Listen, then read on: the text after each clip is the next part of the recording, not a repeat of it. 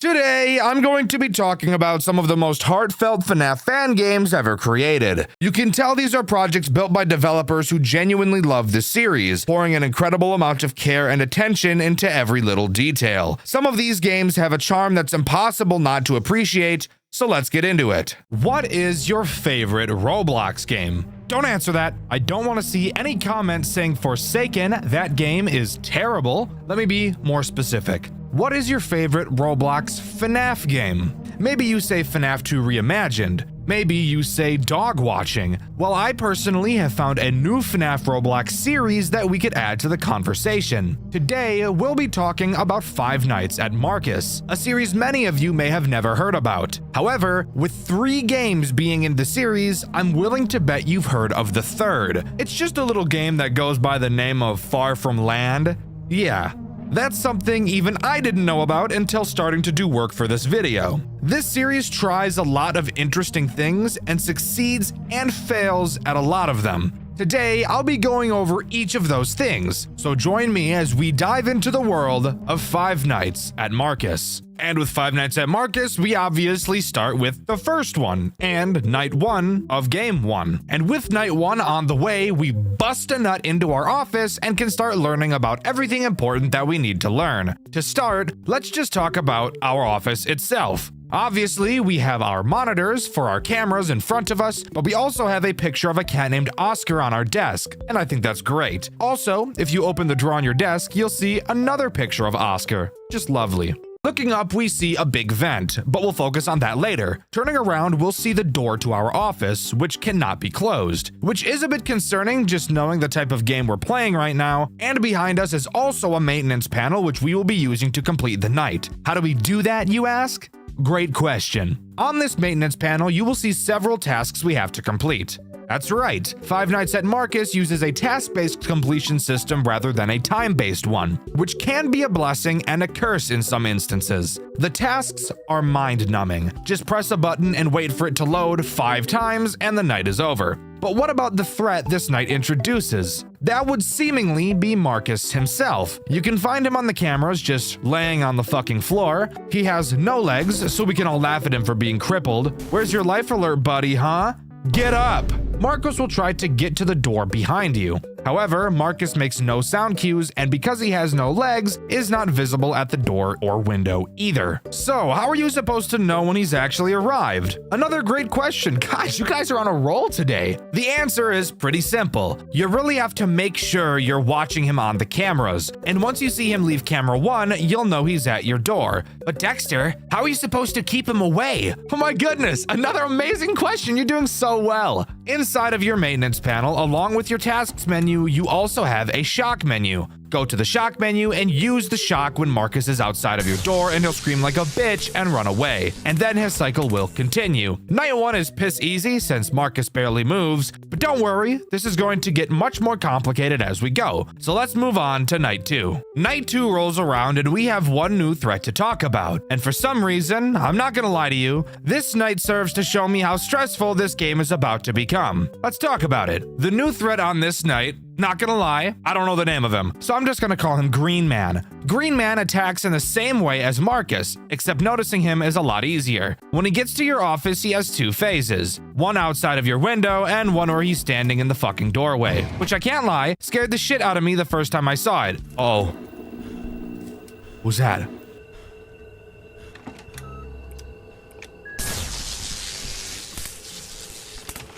I didn't like that. No, I fucking didn't. What the fuck was that about? Which you can see in my full playthrough over on my second channel, Dxtr Black. Exact same thing as Marcus here. Whenever you see him in your hallway or at your door, shock his ass and he'll reset.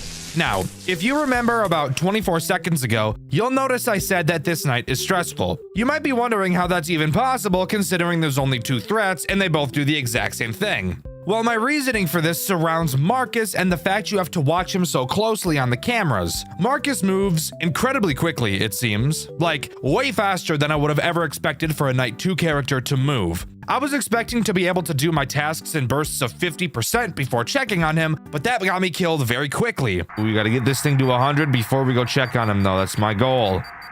We gotta get you to 100, bro. Perfect. Fuck me in my ass.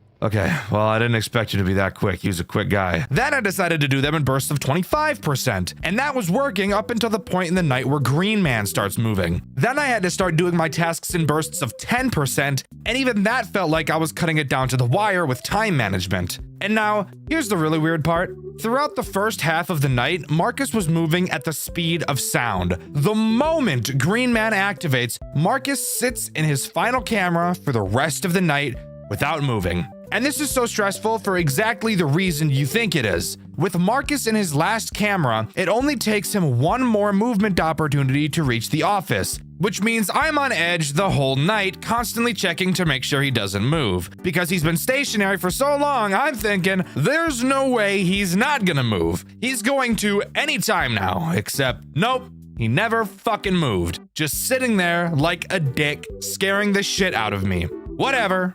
On to night 3. With night 3 coming along, so does another threat we get to talk about. And in all honesty, this threat doesn't make the game much harder, but Marcus 100% does. The threat introduced on this night is once again someone I don't know the name of, so I'm going to be calling him Vent Guy. And I'm guessing purely by saying his name, you can already guess what this guy is going to do. That's right, the exact same thing as Marcus. No, I'm not kidding. Vent Guy will attack your vents, and he actually has 2 different means of attacking you. The first will have him do exactly what Green Man does. He'll go through vent 1 and show up outside of your office. When he does, all you have to do is go to the shock menu on your maintenance panel and shock the vent. His second form of attack will have him attack the vent directly above your head, or vent 2. When you see him in this vent, for some reason, you don't shock the vent. This time around, you have to give him the Withered Foxy treatment and flash your light at him several times to make him go away. Turns out he's epileptic, and there's nothing I enjoy more than giving epileptic people seizures.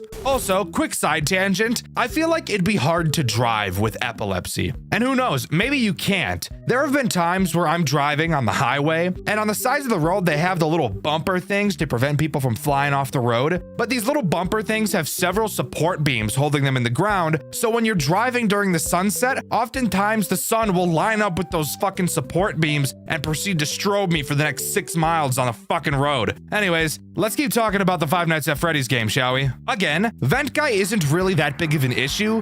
Who is a fucking issue, however, is Marcus. At first, I thought Marcus was moving at the speed of fucking sound because there would be several, and I do mean several instances where I noticed Marcus leaves camera 1, so I shocked the hallway. Then moments later, I get killed by Marcus. At first, I thought this meant Marcus turned into a fucking bullet train, but no. I think I understand what's happening here. I'm pretty sure there's a window of time between Marcus leaving camera 1 and actually showing up outside of your office. And I think I was shocking the hallway during that window of time, which meant when Marcus actually did get to my hallway, I was never actually able to shock him, and I obviously couldn't see him on the cameras. I think this is a very, very bad mechanic. If this is truly how Marcus works, if Marcus can't be seen when he's in the hallway, and he makes no sound cues to indicate he's entered the hallway, and you have a window of time between him disappearing off of all of the cameras and reaching the hallway,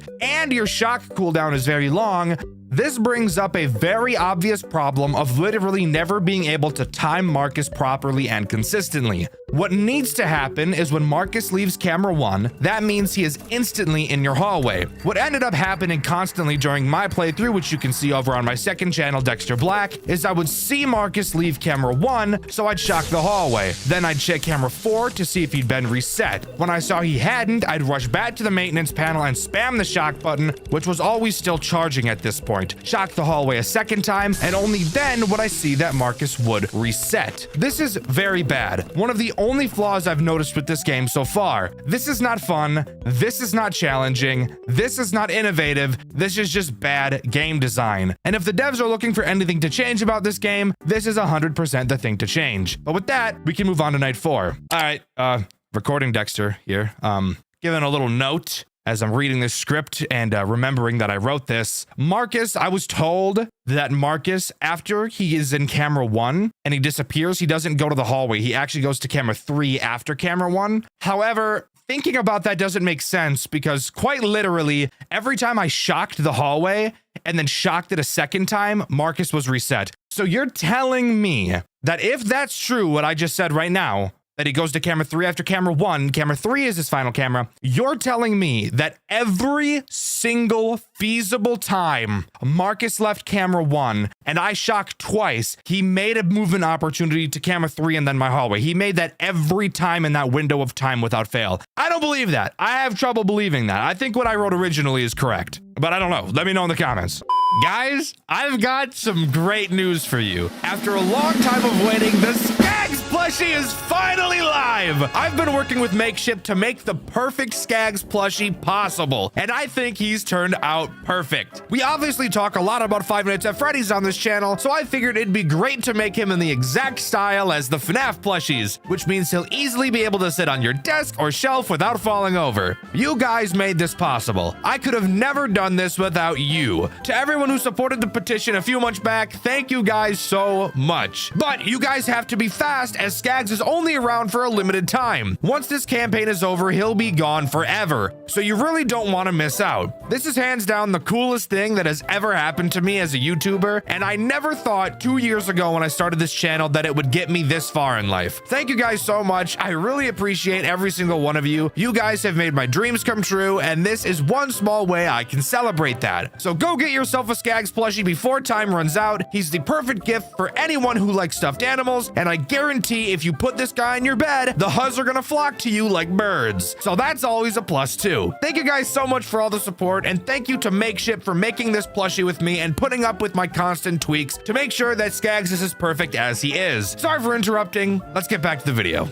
Night 4 rolls around, and with it, another threat is introduced. Once again, the name of this character is currently unknown to me, so I'm going to be calling him Screen Guy. Obviously, as I'm sure you could have already seen, there are 6 screens on our desk, and so far we've only ever used one of them. Well, Screen Guy is here to change that. Throughout the night, at random, he has a chance to appear on any of the non-camera screens. He'll make a subtle sound cue when he appears, and all you have to do is click the monitor he occupies and he'll go away. Incredibly basic character, not really much to worry about. Something about this night I want to mention is 2 things that I learned. The first being that Green Man's name is Shut. I personally prefer Green Man, if I'm being honest. The second thing I learned while playing Night 4 is that as long as your maintenance panel is down, no matter which of the 2 screens you have selected, you will still do your task. Okay, let's just pump this up to 40. And now we'll shock. Oh, wait, it's still going. Well, isn't that just the best thing you've ever seen in your life?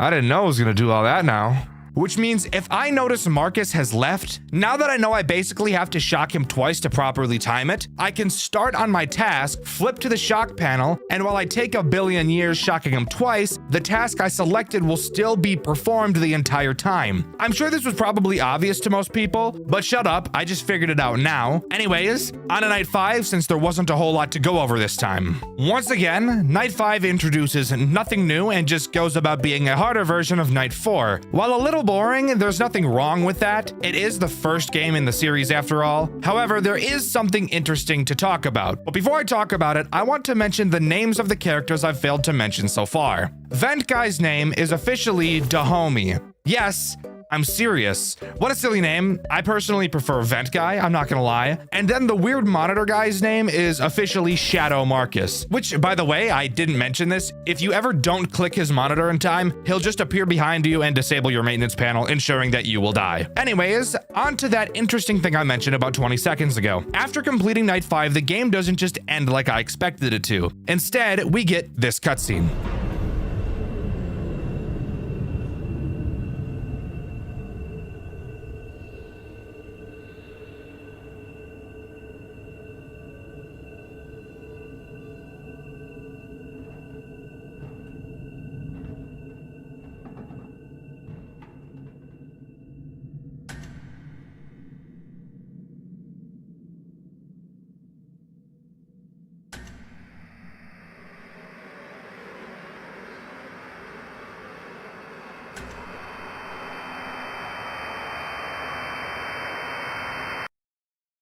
But there we go. After completing night 5, we get a sneak peek at possibly our antagonist, and Five Nights at Marcus comes to a close. But that's not before we're able to go into the extras menu and read a little bit about the characters. We see that Marcus was never finished being built, which is obviously why he has no legs. Shut was originally designed to be so tall for intimidation, as he was going to be a security robot, but he soon turned hostile. Dahomey goes into your vents because he's so small, and he was the last robot made before the company had to hand over all of their robots for investigation, which I find interesting because they're not being investigated in this game. They're just sitting in a building. And finally, the company has given no word as to what Shadow Marcus even is, so yeah, that doesn't sound weird and suspicious at all.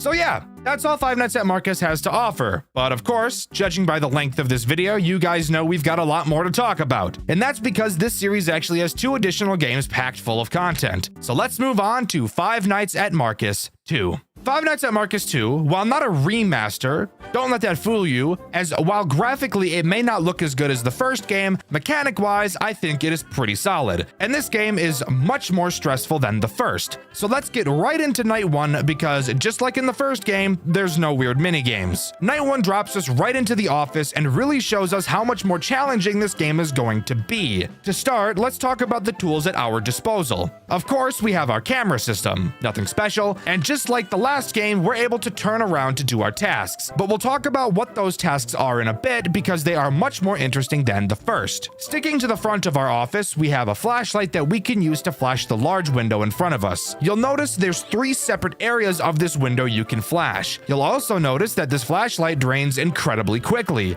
like really fast. So what do we do about that? While looking at the front of the office, you can flip down your maintenance panel in order to repair things or shock things. If your flashlight goes dead, simply repair it and it'll fill right back up. Nothing crazy. Now, let's move on to talking about the task-based system this game has, and why it's much more stressful than the first. To start, this time around, we're not just pressing a button and playing the waiting game. This time, it's actually something we have to pay attention to. We will receive several shipping containers throughout the night. When they arrive, we must scan them, which takes a while, and when they're scanned, we'll get some information about them on the left side of the screen. The information predetermined on the right side of the screen is what should be inside of the shipping container. If both sides match, we accept it. If they don't, we deny it. Every time we do this successfully, we gain a point, and if we fuck up 5 times, we lose. Fucking up is pretty hard, but once these nights start to get more and more stressful, it will become apparent how messing this up could be easy. Do this 12 times and the night is complete. But of course, we all know it's not just that simple, as of course we do have other threats to deal with at the same time. Just like in the first game, Marcus himself is the only character introduced on night 1, and he is very simple. Even more simple than in the first game. However, he does drain a precious resource far more than any other character does. Marcus will move through the cameras to get to your window. Luckily, this time you'll actually be able to see him when he's at it. And when he is, all you have to do is spam your flashlight at him and he'll reset. But of course, with the flashlight draining so quickly, dealing with Marcus is not something you're going to want to be doing very often, as repairing the flashlight can take a hefty amount of time when you really don't have it. Plus, we'll need to use that flashlight to deal with the other threats that get introduced later, but for now, Marcus is all we have, so beating this night should be easy and we can move on to night 2. Night 2 honestly does way more than I expected it to, and is where I learned that this game has quite a few more characters than the first. So let's not waste any time and talk about the first threat this night introduces, Shut. Returning from the first game like Marcus, Shut plays a role in introducing a very important mechanic into the game, that being your shock system. Inside of your maintenance panel where you repair your flashlight, you'll notice a shock button at the bottom. Switching to the shock screen, you'll see you can shock either the vent or the office. Shut will slowly make his way to your office, and fun fact, whenever a character reaches camera 5, which is the camera right before they show up in your window, they will actually make a sound cue as you'll be able to hear them walking, which is very nice. When Shut shows up at your window, shock your office and he'll go away, wherein you'll then have to wait for the office shock to recharge. Not so bad. Hopefully we just don't get a fuck ton more characters that also require us to shock the office. The next threat introduced on this night goes by the name of Him. Stupid name, I know, but let's just roll with it, alright? Him will make his way to your office and show up at your window. When he does, all you have to do is shock the office and he'll leave. Uh-oh. Something tells me this game is about to get super repetitive and mind-numbing and luck-based. But those are the only new threats this night introduces. But before we move on to night 3, there's one more mechanic I need to mention now that we've brought up shocking. You only have 5 shocks. When you run out, you'll need to repair your shock to refill it. You usually have plenty of time to do this at this point of the game, but I get the funny feeling it's going to get a lot more difficult as we progress. But with that out of the way, we can move on to night 3. Night 3 only adds one new threat, and the way the game made him sound made me think he was going to be interesting. What are the animatronics? Take a shortcut through the vents to your office. Make sure you flash. What? 17! But I was sorely mistaken. This night introduces Vent Boy again. I already forgot his name, and I don't feel like checking again because I remember that it was something really stupid. Vent Boy does pretty much the exact same thing that he does in the first game, yet they somehow managed to make him more boring. Vent Boy obviously travels through your vents. When he makes it to your window, you'll see him directly in front of you. Unlike the original, where you have to shock the vent, this time around, you just treat him like Marcus and flash him a bunch of times until he leaves. Very boring. I don't know why they didn't make him a vent shot character. That just makes sense. It's also at this point of the video where I want to mention a pretty glaring flaw that this game has, and I'm sure you might have already caught on. There is so far no reason to ever check your cameras throughout this game, and in fact, even the sound cues aren't necessary, as you could pretty easily beat what we've talked about so far with the game muted. Here's what the strategy boils down to right now. Start the night and immediately start working on tasks. Every time you send a container, turn around and very quickly flash the 3 sections of the window to waste as little flashlight power as possible.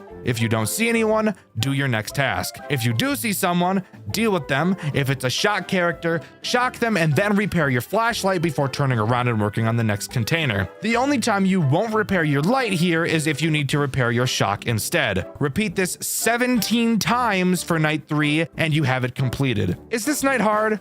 No. Do all of the characters make you feel intimidated? No. Why? Because even though we have 4 characters active at this point, there are still only 2 mechanics to deal with all of them, as this game continues to dive into the FNAF 2 repetition problem. But let's hold out some hope and move on to night 4. Night 4 is nothing special. No, literally, quite literally nothing new is added on this night at all. And for some reason, during my playthrough, which you can see over on my second channel, Dxtr Black, I actually got attacked far less times than I did on night 3, which I thought was really weird. The only thing that actually changes on this night is how many cargo containers you have, which on this night was 18. Boring stuff. Let's move on to night 5 where something interesting actually does happen. Night 5 does something different, thankfully, that being introducing one new threat that actually really changes something about the gameplay loop, which this game 100% needed. This new character is Vent Boy 2.0, and I'm calling him that because, once again, I forgot his fucking name. Vent Boy 2.0 adds something from the first game that I wasn't a super huge fan of. As I'm sure you could have guessed by his name, he travels through the vents, except unlike Dahomey, he doesn't drop down in front of you for you to flash. He works exactly how Marcus does from the first game. He'll travel through your vent cameras. Once you see him disappear from them, you know he's about to attack. During this time, all you have to do is shock the vent, and he'll reset. While not a hard mechanic by itself, it does hurt my dick that I actually have to try to beat this game now. Although, it is good that at least now finally on night 5, we have a reason to use the camera. Too bad we only get one night with him, as night 5 is the final night 5 Nights at Marcus 2 has to offer. However, we still have one last game to talk about, and it's not called 5 Nights at Marcus 3. I actually didn't even know that the next game we'll be talking about was even a part of this series, that game in question being Far From Land. So let's jump right into that. Far From Land starts in a very interesting way. Unlike both of the 5 Nights at Marcus games, Far From Land actually has something other than just night sections, as this game opens to a cutscene about cargo ships that work for Celadon, and go figure, we play as the person driving this cargo ship. And oddly enough, we're referred to as Marcus by the phone guy. Hey, recording Dxtr once again. No, we fucking aren't. We're not called Marcus. I don't know why I fucking wrote that. We're called Malcolm. Guess I'm retarded. Anyways, let's continue. Speaking of the phone guy, he's nothing special on our first voyage in the game. He tells us how to deal with problems, blah, blah, blah. Let me do that for you guys. To start, once again, like the other games, Far From Land is a task-based completion system, which I really like. And this game's task is by far the most interesting and engaging so far. We have to literally just drive the fucking ship. That's the task. While we're piloting the ship, we will be able to see several icebergs in front of us. We will have to steer the ship away from these to avoid crashes, and once we reach a certain point, which is marked on a monitor in front of us, the voyage will be complete. Of course, it's not just as easy as that. We also have a maintenance room to keep track of. The ship we're on is very old and is prone to breaking down. We can check the ship's integrity with one of our monitors, and once it gets too low, the ship will stop moving and sirens will start to blare. At this time, we must go back to the maintenance room and fix one of a few busted pipes at random. Don't worry about the massive scary vent in front of us. We'll talk about that later. The only other thing for us to talk about on this night is the one threat this game introduces. I'm assuming this character is Shut, just given the fact how large this character really is. On one of our monitors in front of us, we can see a layout of the ship. Unlike every other game so far, we can't actually check the cameras, which is really a good thing since the last two games really didn't have any reason to. Every time a character moves, we will get a signal on this monitor to show us exactly where they are. Obviously, Shut is the only character active on this night, so he's all we have to talk about. Shut, being the most basic of the characters, does the most basic thing. He will wander around the ship until he reaches the hallway directly behind you. You'll be able to hear him when he arrives. Turning around will show him inside of the hallway, but you don't have to do anything at this point. The next time Shut moves, he will be right up next to you, so you need to make sure you're facing the hallway when this happens. As he walks up to you, you'll need to hold your breath so he thinks you're not alive or something. He'll check you out, make sure you're a robot or something, and then he'll turn around and leave and you can go back to driving the ship. Very simple character, but I do think him getting so close to you is super cool. But that's all the first voyage has to offer. But good news for us, in this game there's actually something to do after each night instead of just moving on to the next. We have the first post-voyage section where we need to fix up our old bum-ass ship.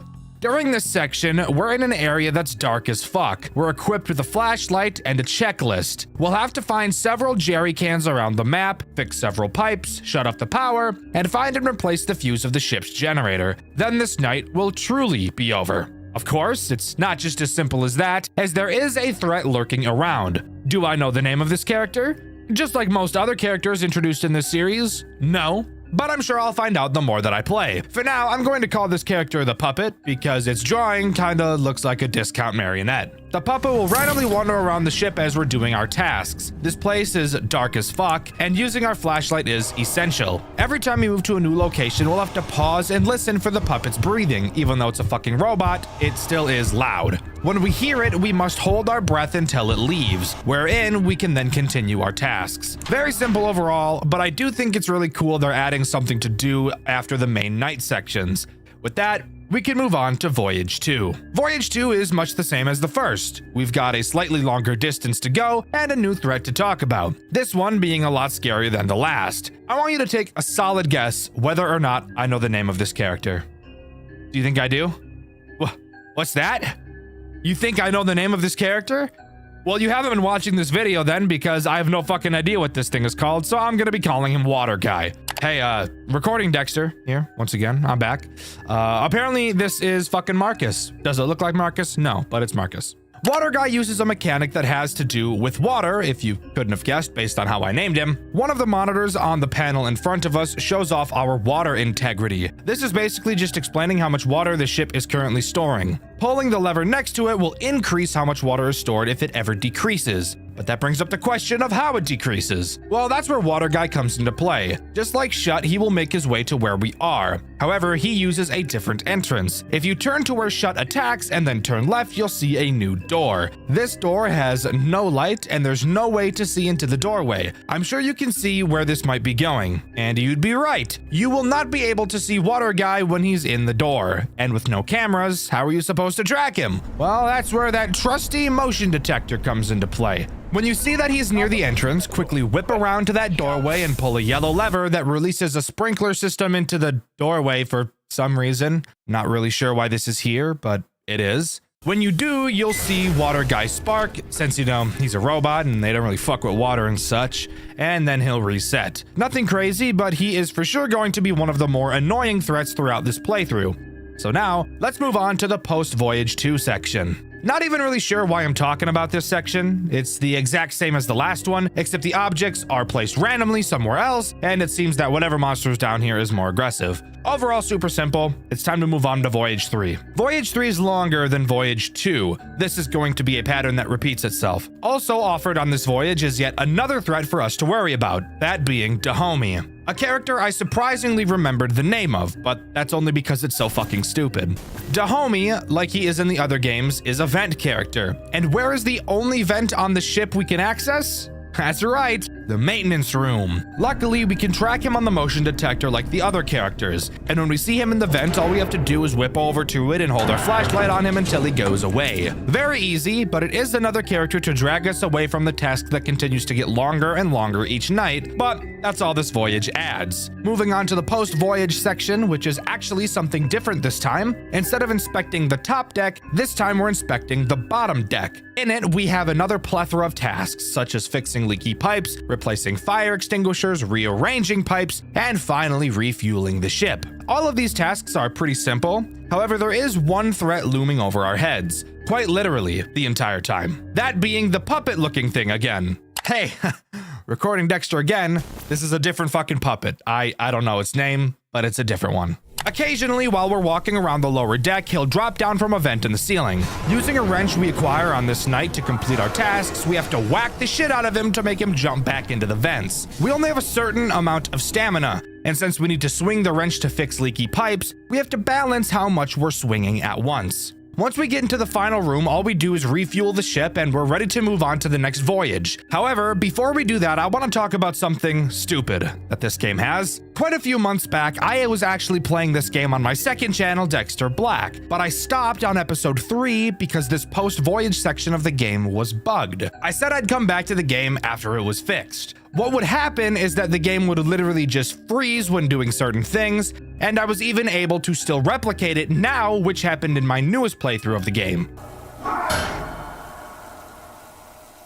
What?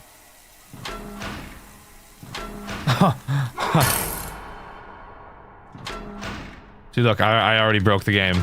Turns out this bug is all tied to the FPS of the game. If you use the highest FPS to 40 like I do, not only can this bug occur, but it'll also fuck up your camera movement 6 ways to Sunday, making you whip around so fast it gives you whiplash. This is the same problem I was having all those months ago. So, if you turn your FPS down to 60, not only will it fix the whole whiplash problem for some reason, it will also completely fix the freezing bug I had. I have no idea whatsoever how FPS has to play into any of this, and this is not the first game I've played with this weird problem. Weirdly enough, the Poppy Playtime games also have bugs on higher frame rates as well, the main one being that the grab pack will pull you upwards far fucking slower on higher FPS. Super weird, but I needed to point it out. On to voyage number 4, which is entirely new territory for me once again, and with this voyage comes one of the scariest threats yet. Lore-wise, not really gameplay-wise, I'm gonna be honest with you. During the phone call, it gets intercepted by a guy named Mason. I'm pretty sure I'm supposed to know who Mason is at this time, but I'm gonna be so honest, I have no idea who the fuck Mason is, and I really can't be fucked to figure it out.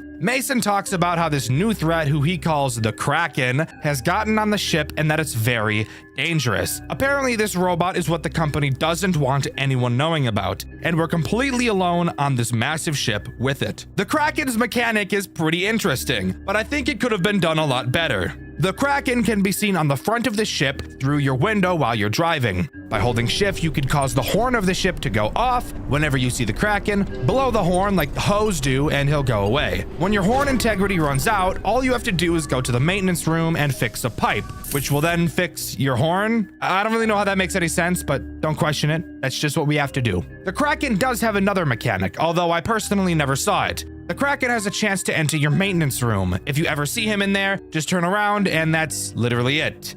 Hey, recording Dxtr again. This isn't the Kraken that does this in the maintenance room. It's another fucking character I don't know the name of, but yeah, no, he was just never mentioned by a phone guy. It's just fucked me, I guess. Overall, I think the Kraken could be a cool mechanic. He kind of hides like he knows you're looking for him, but he always hides in the same spot. I think it would be a lot cooler and a lot more interesting if the Kraken had several hiding spots throughout the front of the ship that he'd hide in at random. Doing this would not only make the gameplay loop more interesting, but also keep the player on their toes throughout the entire voyage. Now, moving on to the post-voyage section. Spoiler alert, it's exactly the same as the last one. Doing the same tasks, albeit one of the puzzles is different, but still very simple, and the puppet thing is still trying to turn our guts into soup. Refill the tank at the end of this section of the voyage, and it is over, and we can move on to the 5th voyage. Voyage 5 adds nothing new to the gameplay loop, just being a harder version of Voyage 4, and a lot harder, that is. The characters really ramp up their AI on this night and get a lot more aggressive, which is an oddly nice change of pace. What really gets interesting is this post-voyage cutscene.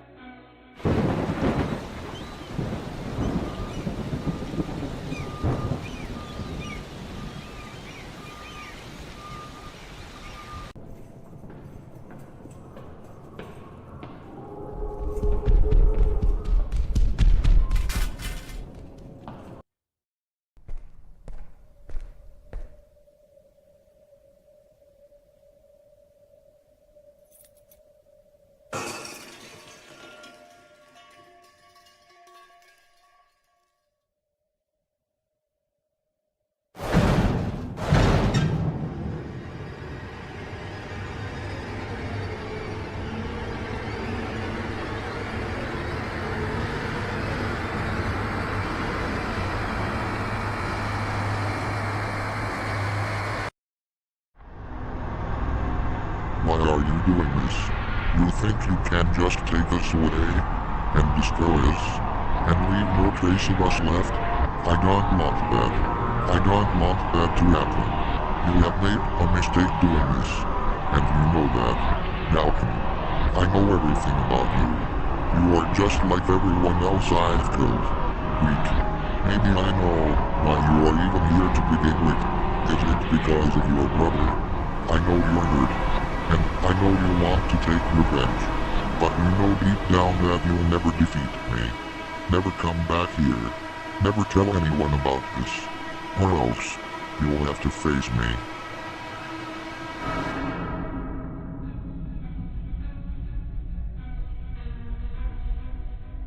And with that, we're surprisingly thrown into a 6th voyage. A 6th night is something that none of the other games have had so far, so this actually makes me very surprised. And turns out this final voyage is a boss fight with the Kraken, which is the name of the robot we just saw in the cutscene. Not actually the robot I was calling the Kraken earlier. I'm sure you could have guessed from this whole video, but I don't think the series is very good at explaining names. The Kraken obviously plays the role of all of the characters we've seen on the voyages so far, with a small twist when he plays as Shut and Dahomey. In both cases, when dealing with him, he activates a rat from Five Nights at Candy's 3 mechanic, where you have to track his head while he moves around. Awesome change of pace. I love that they added this little extra piece of detail, really ties everything together. The dude that sits outside of your front window, and Scrap, which is the name of the character that I thought was the Kraken that sat in your maintenance room, had a chance to do it, and you turn around, it's that guy, his name is Scrap.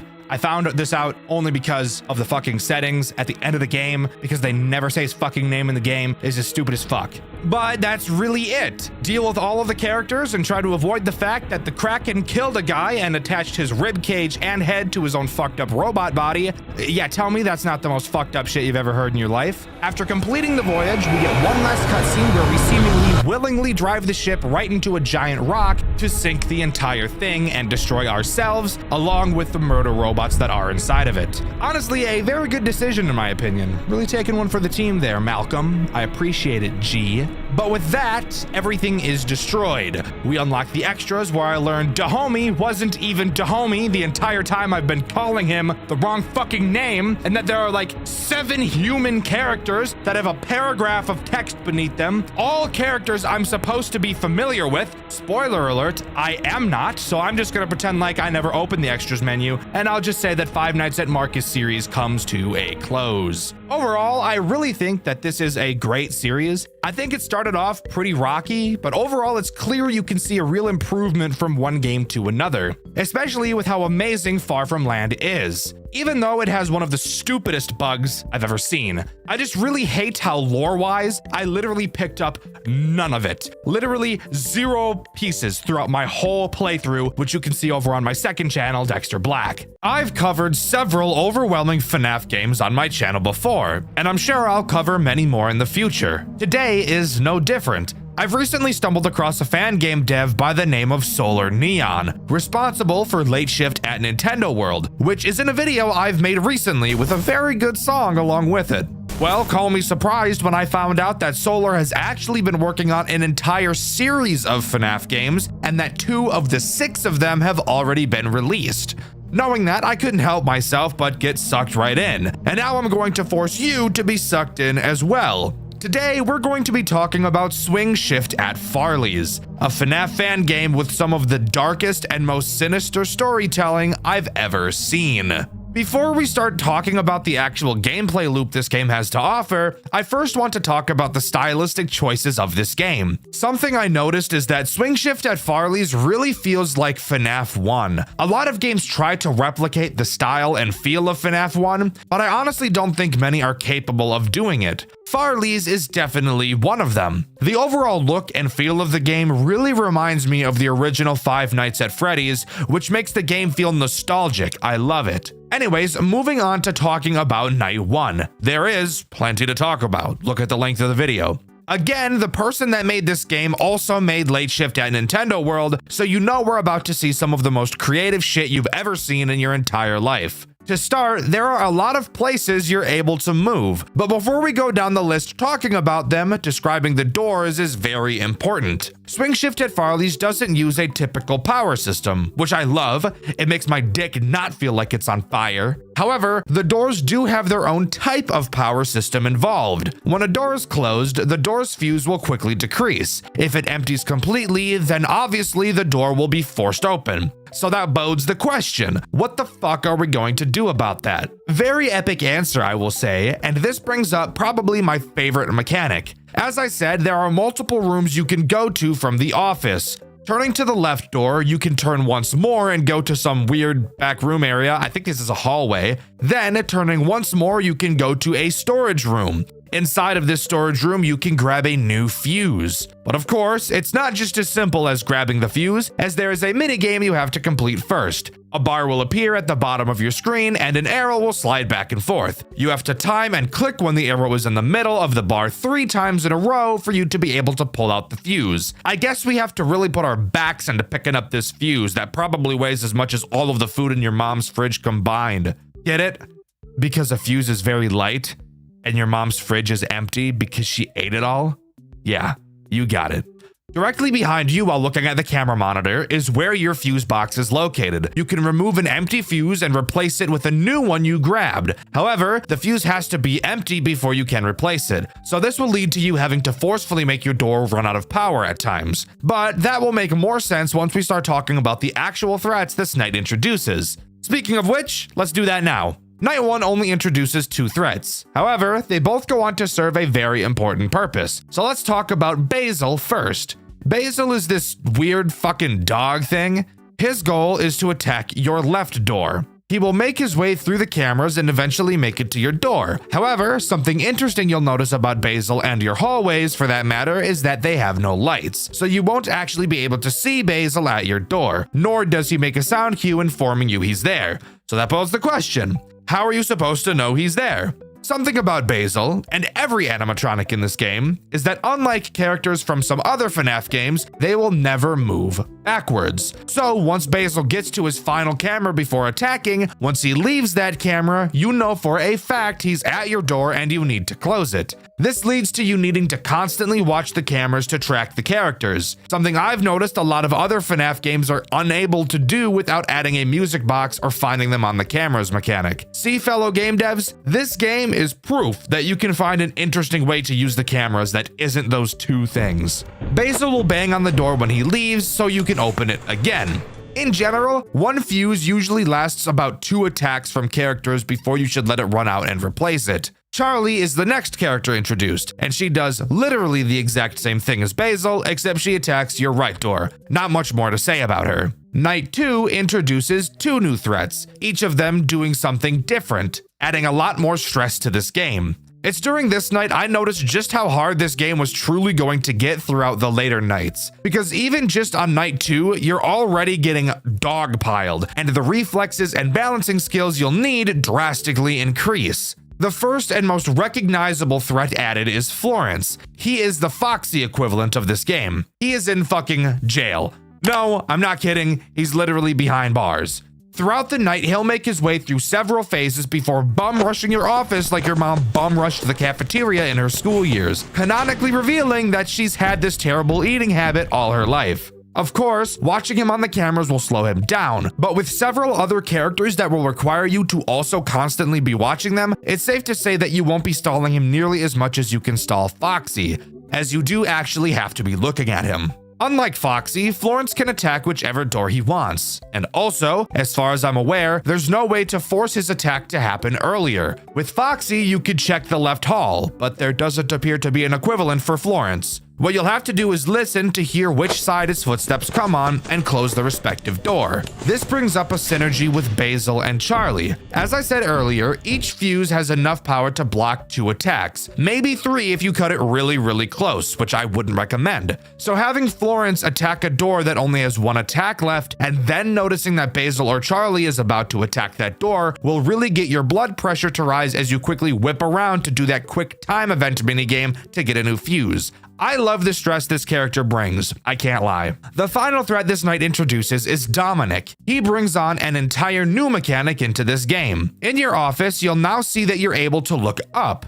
Doing so, you'll find a vent. Hooray! I can't wait to see what this asshole is about to do. Dominic appears in the same camera as Florence. When he decides he's going to try to get to you, he will move to the back room. On this back room camera, you will see a new pop-up at the bottom. It's a heater for the vent. I'm sure you can see where this is going. When Dominic leaves this backroom camera, it means he has just entered your vent. However, that doesn't mean you should blast the vent just yet, as after you use the heater, you'll have to wait for it to cool down. And just because Dominic is in your vents doesn't mean he'll be combated by the heater just yet. This is the point in time where you'll need to constantly check the vent above you to see if you can hear him banging around inside of them. If you don't hear him, don't blast him. When you do hear the banging, this is when you should go to the camera, charge up the heater, and activate it. You do have to be looking at the vent to hear the banging, so don't think you can just avoid looking up, because unfortunately, you cannot. Night 3 is a doozy, adding 1 new threat that in turn adds 1 new mechanic, enough to make everyone's urethra begin to leak blood. So let's talk about her.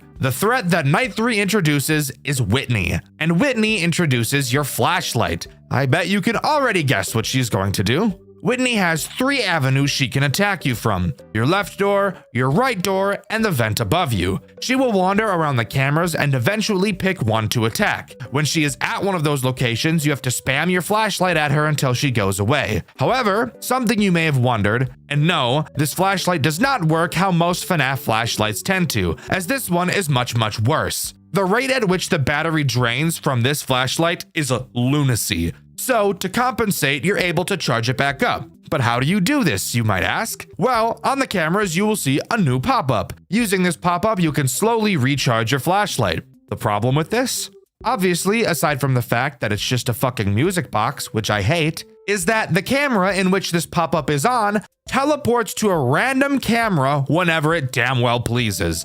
Did you just fucking hear me? The music box mechanic, aka my second least favorite mechanic of all time, is a find them on the camera mechanic, aka my number 1 least favorite mechanic of all time. This fucking charging flashlight pop-up is the combination of my 2 least favorite things, and they happen at the same goddamn time. You can't make this shit up, bro. When I first saw this, my penis instantly wilted like a flower and died. Fuck me. And that's not even the end of it, as Whitney behaves in the same way as Charlie and Basil. There is no sound cue for when she arrives at any of the 3 places she can arrive, and you also can't tell if she's there without flashing your light, which I've already explained drains way too quickly for you to just be flashing it all willy-nilly. So you have to track her exactly how you have to track Charlie and Basil. There's not even a crazy amount of characters, yet this is quickly becoming one of the most stressful FNAF games I've ever played. And don't even get me started started on how stressful this game gets when you go about replacing your fuses. You will be spending a majority of your time staring at the cameras, especially on later nights when the characters are moving pretty quickly. So having to spend a fuck ton of time grabbing the fuse and replacing it will guarantee that you lose track of literally every character you were watching. It's so stressful, and while I'm not a huge fan of being stressed out, if you could believe that,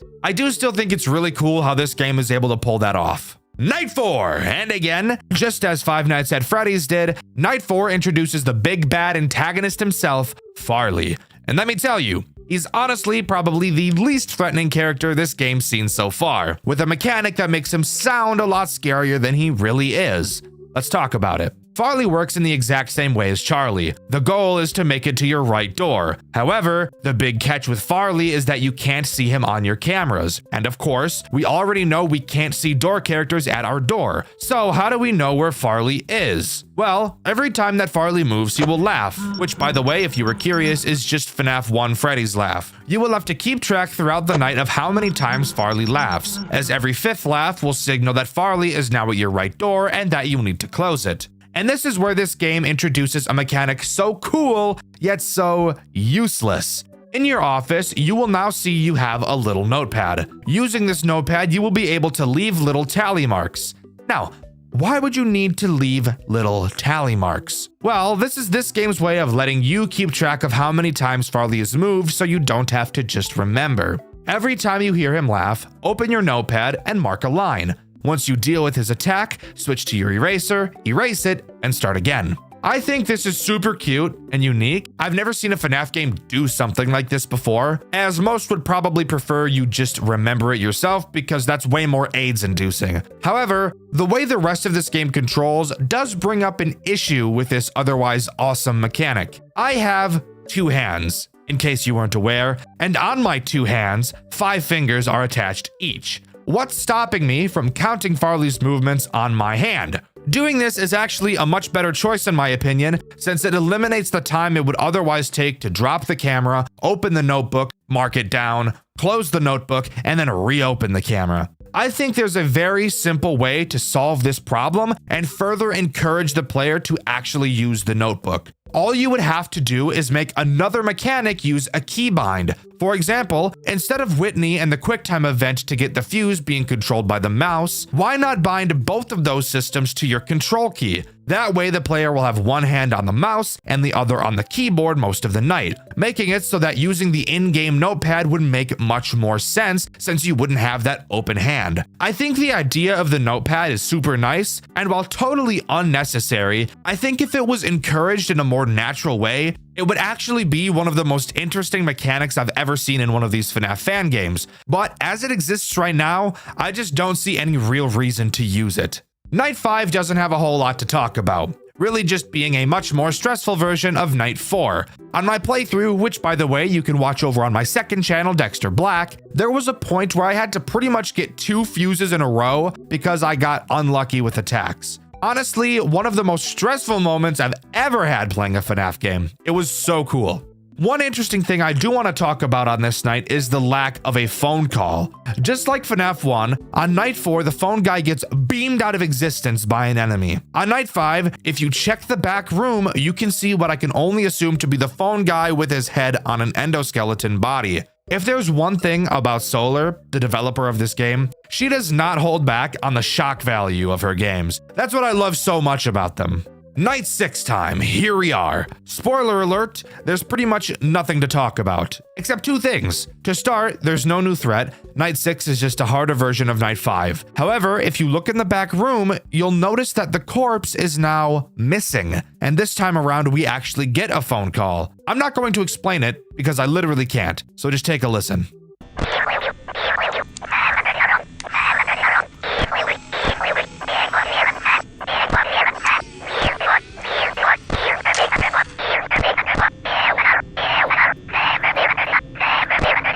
Now you might be asking, Dxtr, what the fuck was that and why did you even show it to me? Well, dear viewer, if you reverse it, you'll hear the following, which I've added captions to.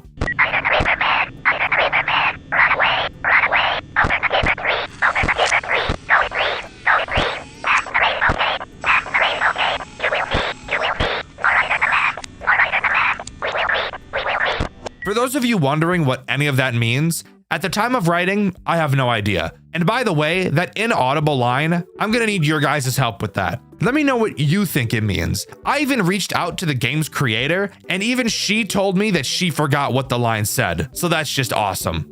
But I'm not quite done talking about this game just yet. No, I found something interesting hidden inside of the game. On camera 9, there is a 1 in 10,000 chance for a character by the name of Midas to appear, acting as this game's Golden Freddy, even using the same laugh and hallucination sound as him. He enters your office and his jump scare plays. I'll just let you see it for yourself.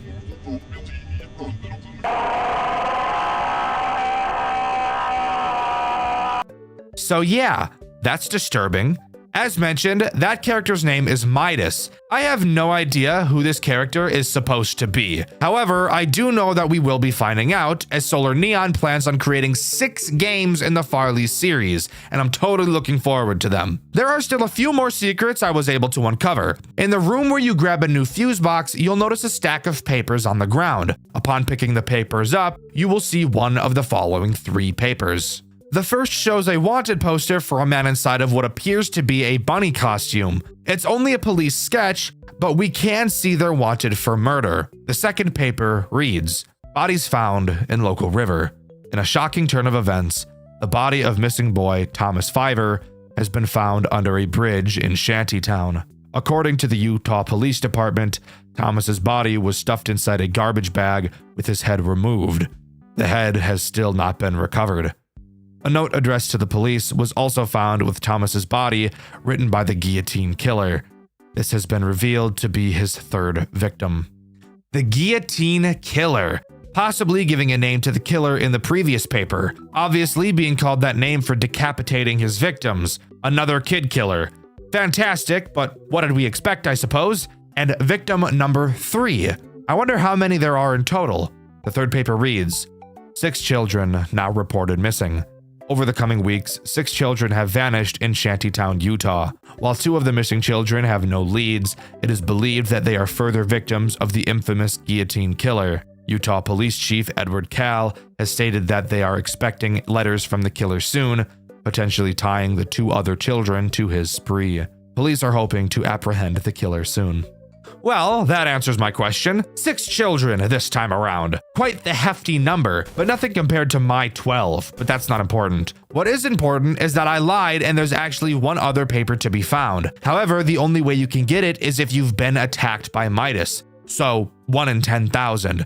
Your chances aren't great, but lucky you, I'll just show you what the paper is. So it appears Midas came from another restaurant by the name of Midas's Galactic Pizza Palace. Also on this paper, you can see some possible other names for this character, being able to make out Mike, Monty, and Max. As you can tell, this is a napkin, clearly showing that this was a very early idea for a restaurant, even having multiple food ideas like burger and barbecue before settling on pizza, apparently stating that burgers are, quote, too easy to fuck up. And then of course, the sketch of Midas with his absolutely fucking massive veiny head. Disgusting, by the way.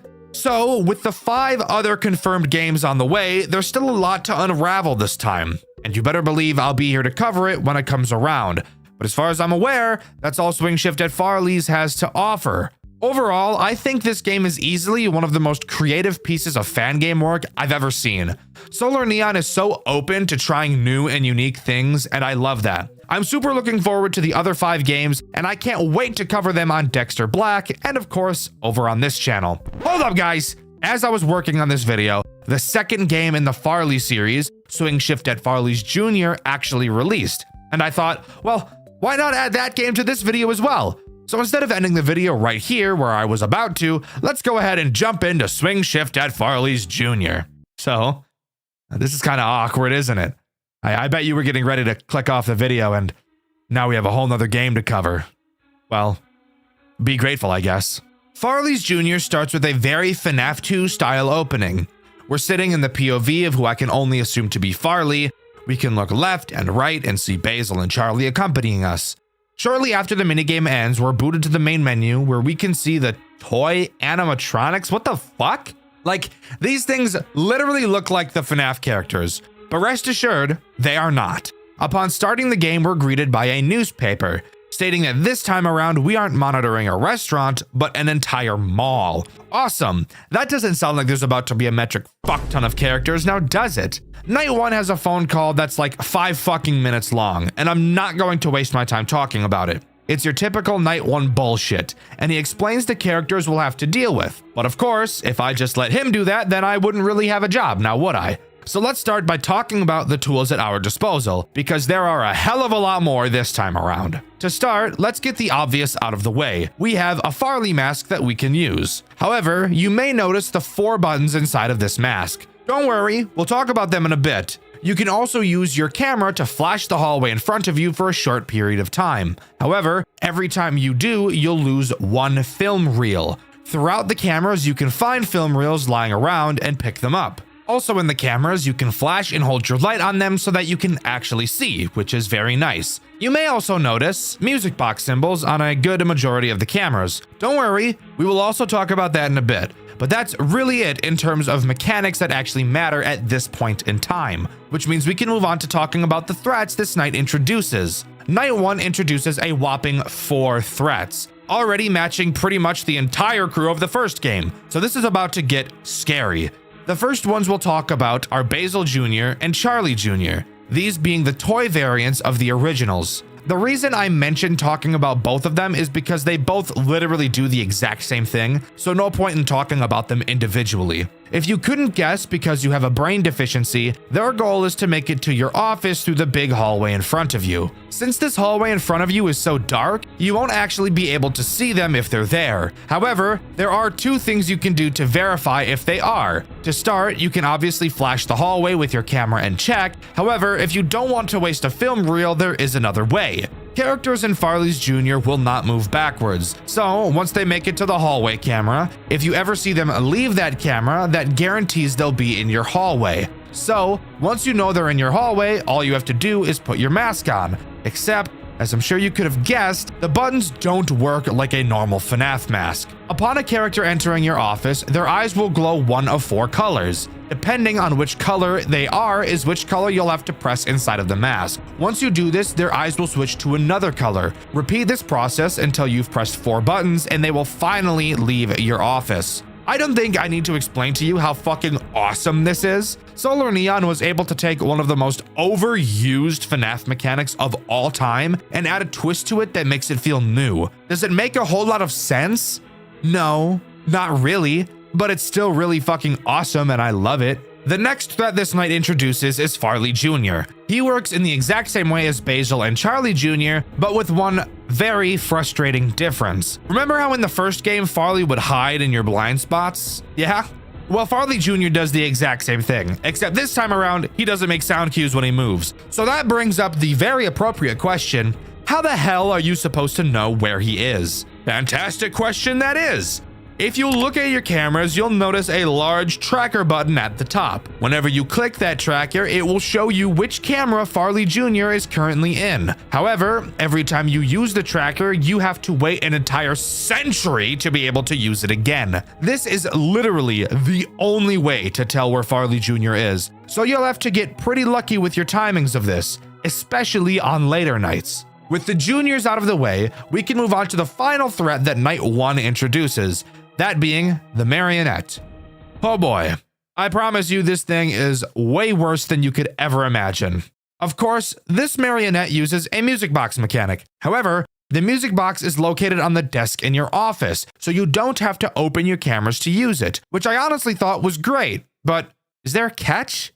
Are you retarded? Of course there's a catch. There's always a catch. The marionette can move throughout the night. The way she moves?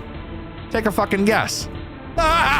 Exactly! At random, she'll make a sound cue signifying that she's teleported to a random camera. Another find them on the camera mechanic mixed with a music box mechanic.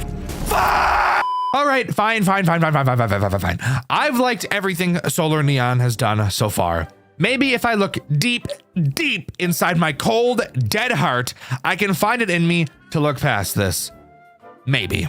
When the marionette moves, you'll have to find which camera she went to and toggle the music box to said camera using the music box button I mentioned earlier. So while yes, you can wind it from your office, you're still not free of the worst fucking mechanic ever thought of by man. So, that was a lot to introduce in one night, and we've still got 4 or 5 more of these to go.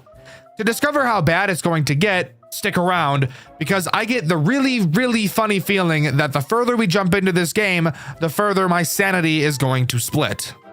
Oh my god. I don't even know what to say. Here we are on night 2, and this night is really going to show just how fucking difficult this game is about to be. This night introduces several new threats, all of which make me want to stitch my asshole shut so that I can never shit again. Let's waste no time and start talking about them. Tonight introduces the withered characters, literally every single one of them. Well, except for one, but we'll talk about that asshole a little bit later. To start, let's talk about Withered Basil and Withered Charlie. I'm going to talk about these two together because just like their junior variants, they both fundamentally do the same thing. On night 2, you'll notice in your office you can now pull 2 gates closed on both sides of you. These gates are important for these 2 threats. Withered Basil and Charlie's goal is to get to your office through these gates. Basil will attack the left and Charlie will attack the right. Just like seemingly every other character in this game, you won't be able to see these two while they're at your doors, so you'll have to track them on the camera to be able to tell when they've disappeared to them. Once you know they're at your door, close their respective gates and wait to hear them hobble away. You know when I said their goal is to attack these doors? Well, I kind of lied because they both have one other form of attack, that being the hallway in front of you. Both characters will appear in the hallway camera. When they disappear, they will do one of 2 things. The first will be moving to a side camera to make their way to their gate. The other will be moving to your hallway just like the juniors do. When you know they're in your hallway, all you have to do is flash them and they'll go away.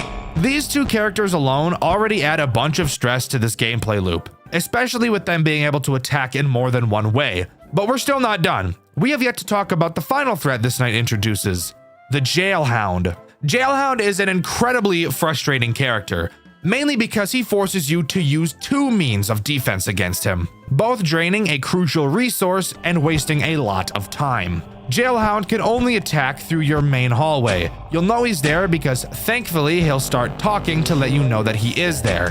The first thing you'll need to do is flash him, using up one of your film reels. Then, and only after you flash him, must you put your mask on. If you put the mask on beforehand, he'll kill you. This is explained by the flash disorienting him enough for the mask to fool him. Pretty interesting explanation, I will admit. Once you put the mask on, he'll enter your office for a short period and leave. Unlike the juniors, you do not have to play the Simon Says minigame inside of the mask. So yeah, a metric shitload of stuff thrown on top of you on only the second night of the game. And let me give you a little spoiler. There's a lot more characters that are going to be added to this loop. And with each one, years of my life are plucked away like nose hairs. I only want to die a lot, guys, don't worry. But I'm not quite ready to move on to night 3, as during my playthrough of night 2, which you can see over on my second channel, Dxtr Black, I of course died a few times trying to beat night 2 as I got used to everything. One of those times that I died, I actually got thrown into a death minigame. So let's talk about that. In this minigame, we play as a girl named Crystal. We go to the house of a man named Mr. Martinez, which, judging solely based on the color of his dialogue tech, I'm going to assume he's this game's William Afton. Crystal asks if Terrence, who I can only assume to be his son, is around, as he hasn't been answering messages. Martinez says he's been locked inside of his room after what I can only assume to be a supposed incident. Crystal apologizes about someone named Toby, and at this point, we're not totally sure who that is. Martinez allows Crystal inside to go see Terrence, but when she goes to his room, Martinez is seen pulling out a syringe and following after her, clearly showing that he's about to do something terrible. The only question we'll be left with now is why, and who is Crystal? But with that, we're ready to move on to night 3.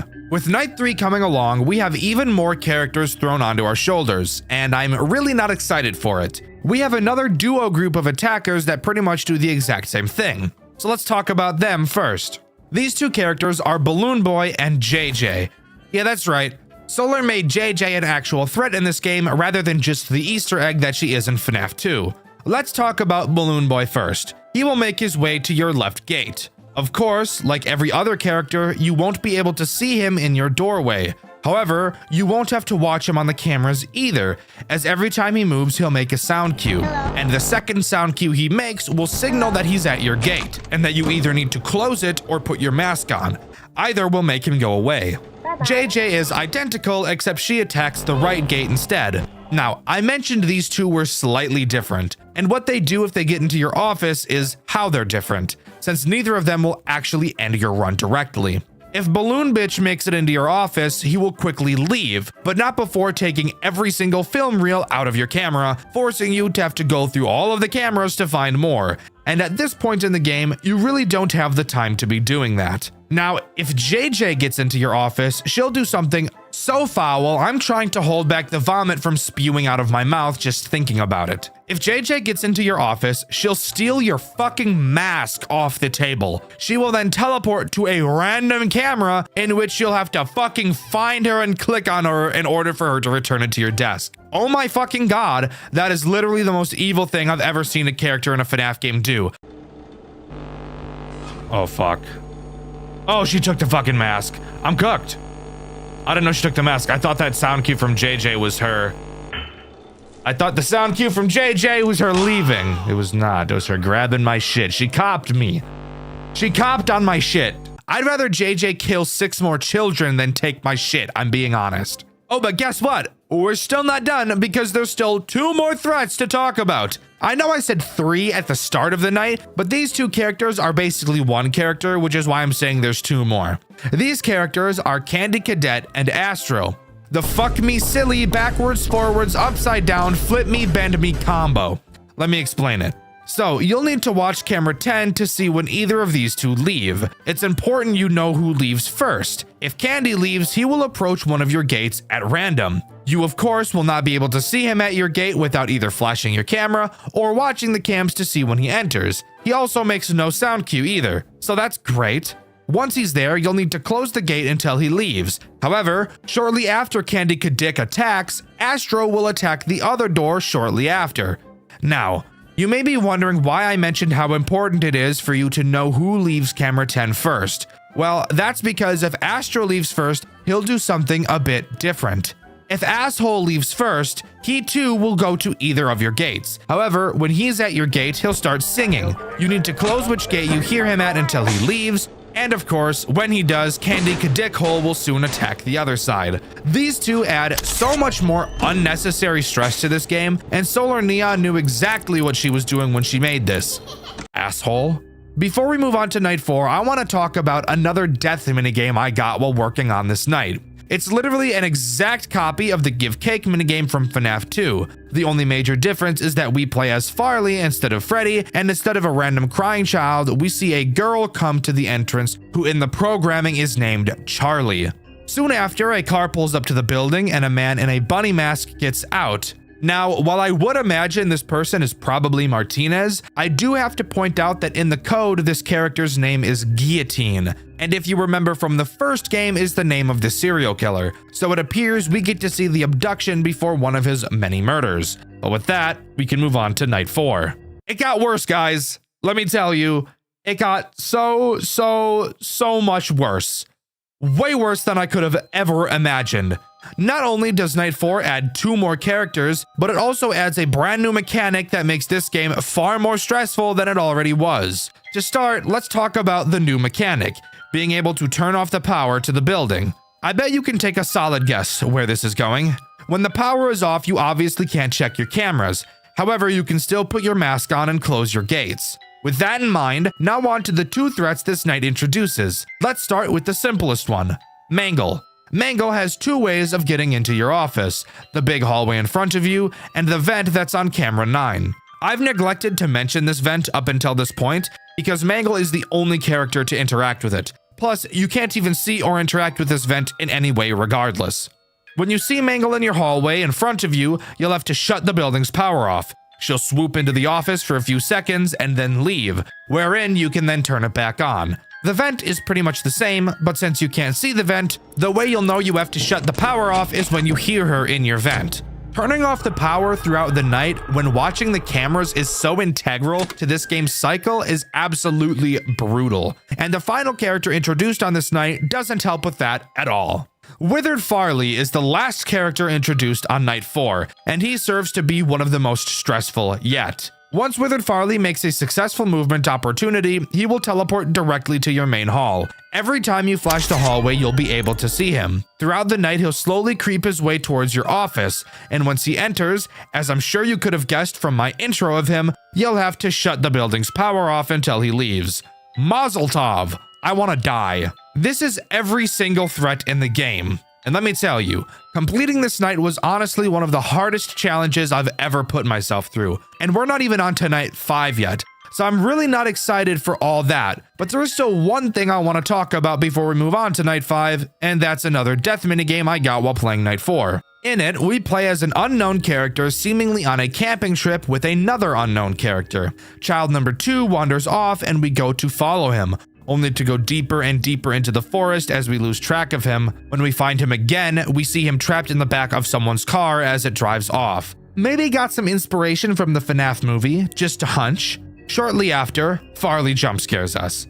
And this leads to a small theory that I have. I get the feeling that for each of these minigames, depending on who jump scares us at the end of them is meant to hint at who the stolen child in said minigame would go on to possess. Just a hunch, but I wouldn't be surprised if that was the case. Anyways, on to night 5, and I'm really not excited for it, I can't lie. Thankfully, night 5 doesn't bring anything new to the table. I thank God for that every day that I wake up, because he knows better than anybody how I would have lost my mind had there been more animatronics added on this night.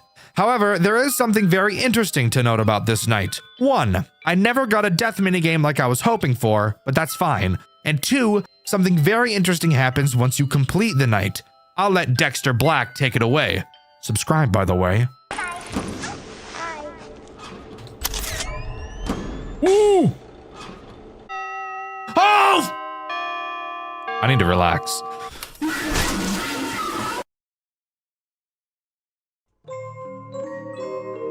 Wait, what? Mangle still kills you? What the fuck? That's right. Mangle kills you. And when reading the newspaper after the fact, we see that we've been playing as Jeremy Fitzgerald this whole time. Wowee! I'm leaking. What? But with the information of our player now being dead, who's to say what's going to happen on night 6? I'm not sure, and I'm very, very excited. Night 6 is pretty interesting, so let's just jump right into it. To start, we're now playing as Mr. Martinez, both the man who was holding the syringe in an earlier death minigame we talked about, and the man I suspect to be the guillotine killer. In our phone call, we actually get to hear the conversation between Mr. Martinez and the phone guy, and I think listening to it for yourself will be much better than me describing it to you. Fancy seeing you there, Mr. Martinez. And on a night like tonight. Why are you interrupting my night, Gretchen? You tell me, Vincent. Poking around my mall, and during an active investigation, no less. God. You know, I gave you a lot of time. More than I've given most of my vendors. But no. First your hunks of metal fuck with my staff. Then those kids go missing. The cops start ripping my business up. That poor Jeremy kid gets his head smashed in by one of your freaks. The one you told me you would fix. And I now find you there, doing God knows what. Now what is that supposed to mean? Oh, I think you've got a pretty damn fine clue. Are you threatening me, Gretchen? I'm not sure baseless accusations are a good look for you. Then let me make it simple. If you're not out by the time I get there, I'll throw you out myself. Is that right now? Yeah, it is. Wanna know why? Because I've been in this business long enough to know what scum is. Whatever mess you've made, I want it cleaned up. Otherwise, the police might be expecting a little tip soon. I think this further adds to my confirmation that yes, Mr. Martinez is 100% the guillotine killer and this game's Afton. This night really serves to be a much harder version of Night 5. However, to my surprise, one new character is actually added, that being Midas, the secret character from the first game. He acts in the exact same way as Golden Freddy does in FNAF 2. Occasionally, when you drop your monitor, he'll be in your office. If you don't raise your monitor again fast enough, he'll kill you. easily becoming the most frustrating character in this game in my opinion, as the crazy amount of shit going on is already hard enough to keep track of in your head, but adding this bullshit guy on top of it really serves to make my head explode. However, it did lead to my crazy completion of Night 6.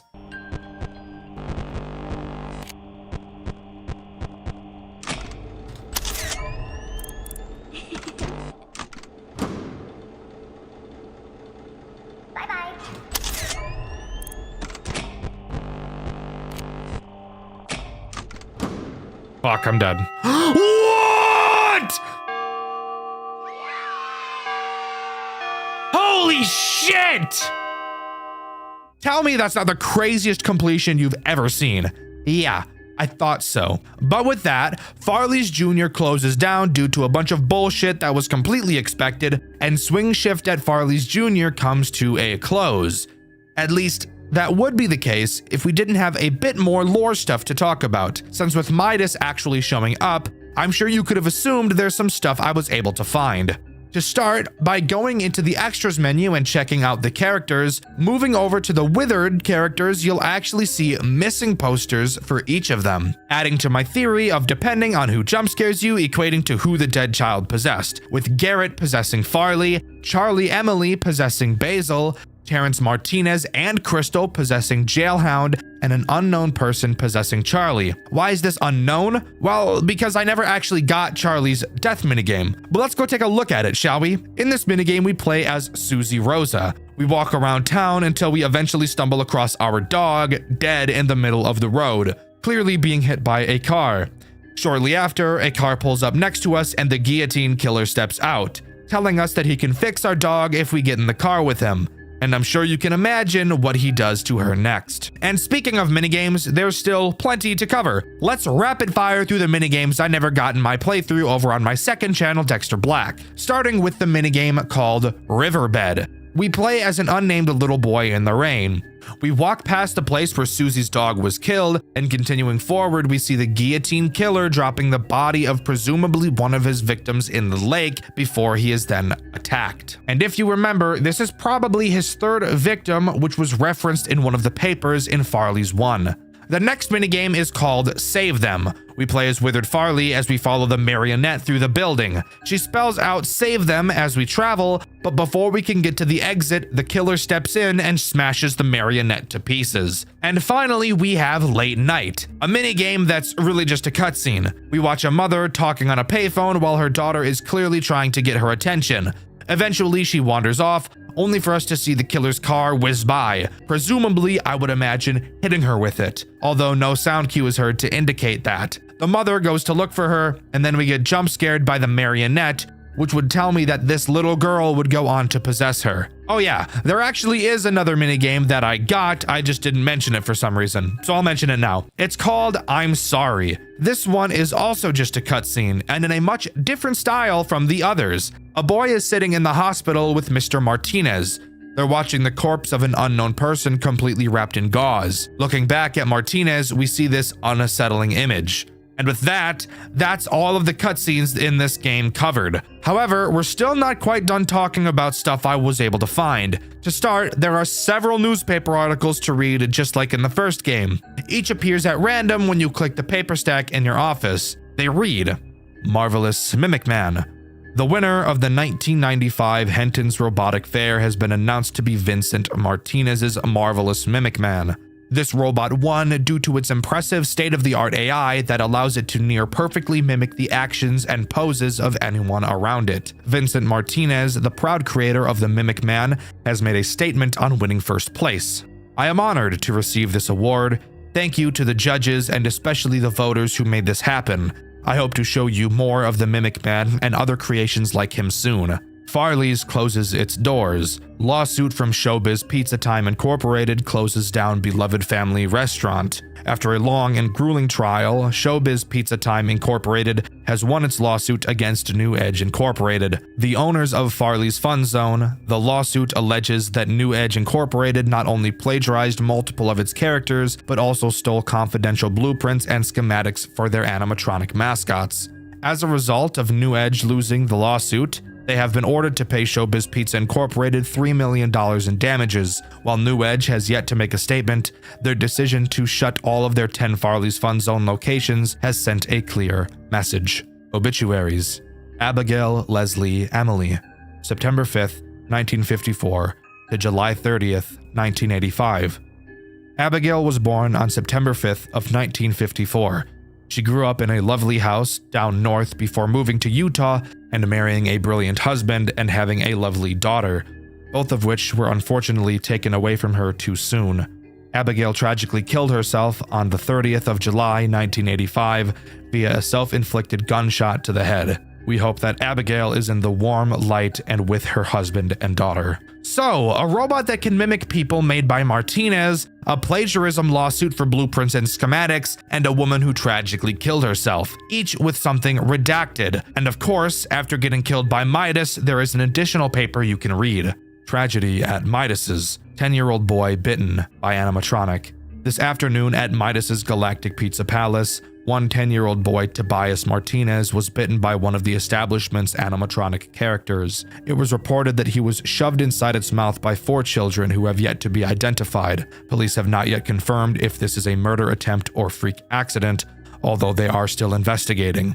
Tobias is reportedly in critical condition, with his frontal lobe nearly severed. The owners of Midas's New Edge Incorporated have yet to make public statement on the matter, aside from suspending all operations at the restaurant. Tobias Martinez was bitten and killed at Midas's. I wonder if this isn't the person we see in the hospital bed in the I'm Sorry minigame, as this is clearly this game's equivalent to the Fredbear bite. And since we're drawing parallels, let's draw another one. In the weird phone call all the way in Farley's 1, the first line mentions a riverbed.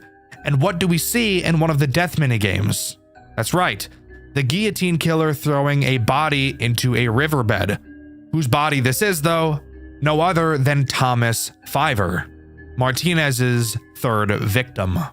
But with that, as far as I'm aware, is everything that the first 2 Farley's games have to offer. I'm incredibly excited for the rest of the series that Solar has planned, and she's actually shown me a sneak peek of the 3rd game. I'm obviously not going to spoil anything, but it looks crazy. Overall, both of the Farley's games are clearly heavily inspired by the original FNAF games, and even seem to be following the original pattern and story these games laid out.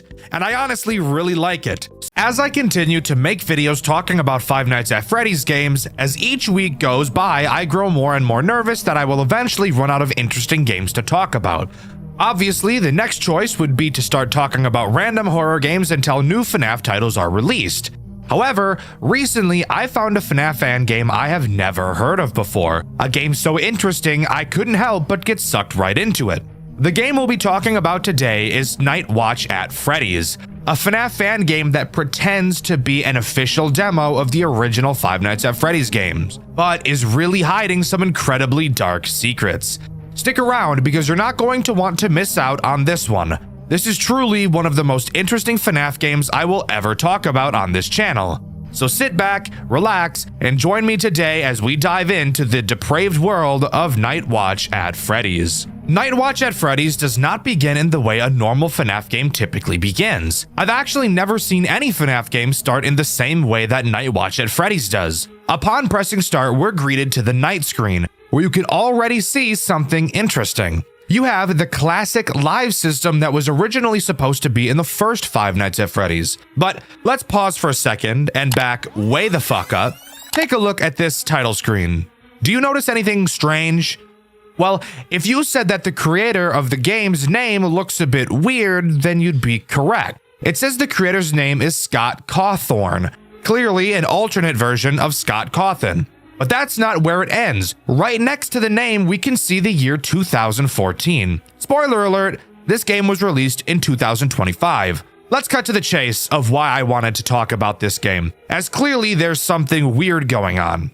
Night Watch at Freddy's explores an alternate timeline where the original Five Nights at Freddy's game took a significant turn from what we know them as today. Wow, I hear you say. That's a super interesting idea for a FNAF game. Tell me, who could come up with something as interesting as that? Well, the answer to that question is pretty damn cool. This game's lead director is Avocado Dreams, the same person who is responsible for Graveyard Shift at Freddy's and the remnants of Tubbyland, both of which I've covered on this channel, and you should definitely go check out those videos after this one. But for now, let's continue. Knowing that this game is supposed to be a demo for what the first official FNAF game was intended to be. Of course, since this is an alternate timeline of the official FNAF games, in this alternate universe, Scott actually did end up including the live system that was left out of the official games. And you'll notice plenty more details just like this. For example, there's actually a fake alternate version of the classic Scott Games website, Scott Productions. The team responsible for this game really went all out. This is one of the coolest experiences I've ever seen in my entire time working on FNAF stuff. Before we load into the office, we get to see a developer note talking about Night 1. Keep in mind, Night Watch at Freddy's is pretending to be a demo, so notes like these are pretty common. Welcome to Night Watch at Freddy's, or at least the prototype of it. Some things are still subject to change. For right now though, you can play through what's done of the game and get a feel for how it's going to end up. Night 1 begins, and we of course get a phone call from this game's phone guy. He gives the basic Night 1 spiel that we're all used to. However, he does mention how the breaker and power systems work. Of course, that's my job, so I'm going to be doing that instead. A few things you'll immediately notice about this game. The first, and in my opinion, biggest outlier is how the doors behave. You'll notice that they're already closed from the beginning of the night. You can open the doors and flash the hallways, and doing so increases your usage. Your light especially, but we'll talk about that more once we get into the characters. Moving on to your cameras, you'll notice another scrapped feature from the official games is present here, that being the original camera buttons, where they were originally intended to be circles that would project the direction they were actually facing in the building. Such a super small, cool detail, but if there's anything Avocado Dreams is good at, it's attention to detail. Only one animatronic is introduced on Night 1, that character being Bonnie.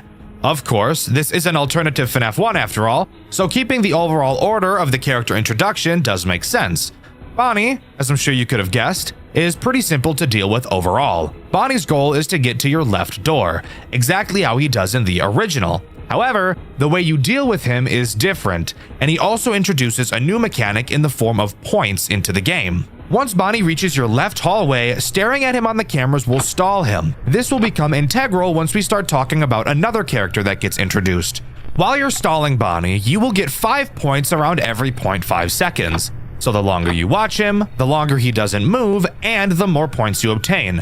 Something additional to note are your lives. If you are to lose all of them, you don't have to start all the way back on Night 1. Instead, your points will just get reset to 0. On top of that, after every completed night, you will gain 1 life. Anyways, back to talking about Bonnie. Once Bonnie reaches your door, you have to open it and hold your light on him until he goes away, which will happen pretty quickly, thankfully, because as I've said before, the lights will absolutely ramp up your breaker stress. Once Bonnie leaves, you'll want to close the door again. Oh my god, oh my fucking god, oh my fucking god, it runs. My chest, dude. Oh my god, don't do that ever again. Ding. No thanks. This mechanic does bring up an interesting and pretty scary point. The doors are closed by default, and if you don't open the door and flash Bonnie when he is there, he will jump scare you.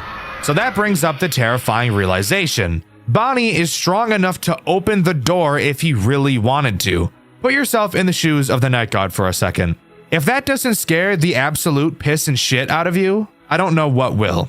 But aside from that, that's all Bonnie does. Something additional I do want to point out about Bonnie is how fucked up and gross he looks. Why are his ears down like that? Tell me that's not disgusting. Dogs put their ears down when they know they did something bad, and cats put their ears down when they're about to do something bad. So what the hell does a bunny with its ears down mean? That I'm about to get back shots? Probably, and I don't want that.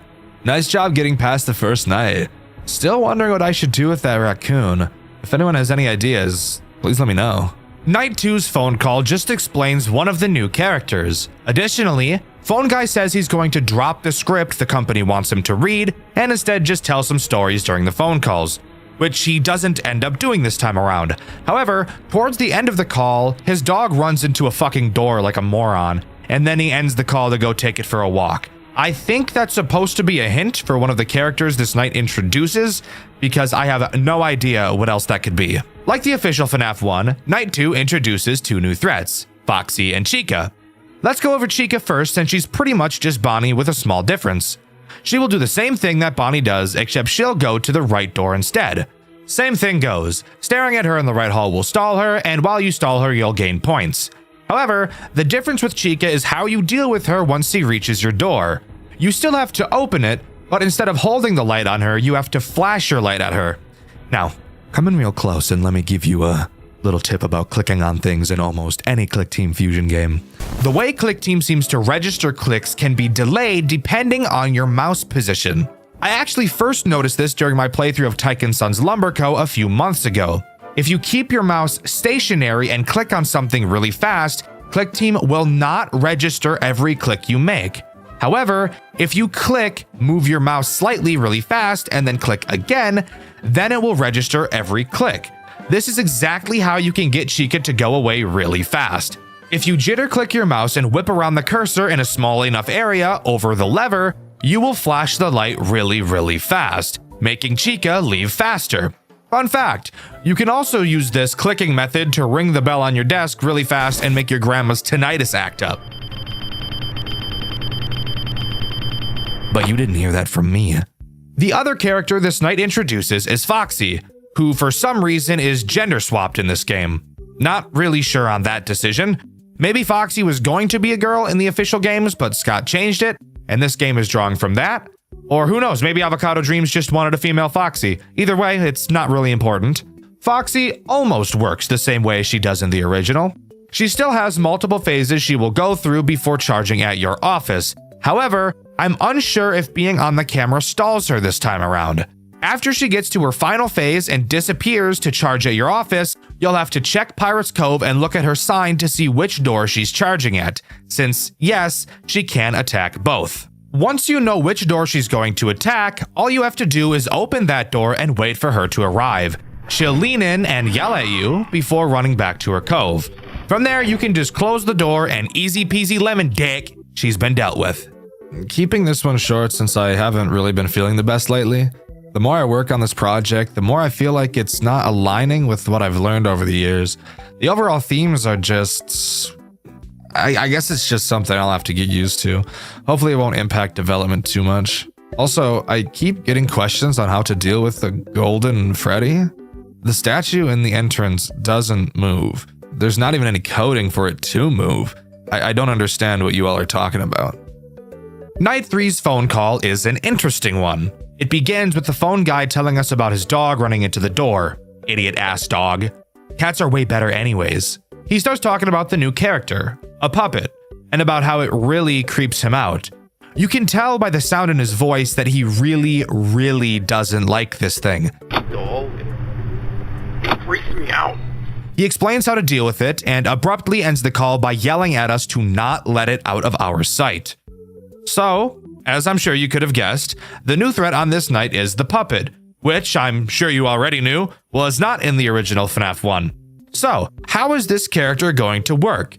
Well, it's probably one of the most nerve-wracking, stressful, and anxiety-inducing characters in the entire game. Occasionally, you will hear a sound cue, one that I can't really describe with words. It's really weird. Anyways, when you hear it, the puppet will appear on one of 4 cameras at the bottom of the map at random. It will either be in the bathroom, the show stage, the party room, or the kitchen. You will have to find which 4 of these cameras it's on and hold the stop button like a music box to make it go away.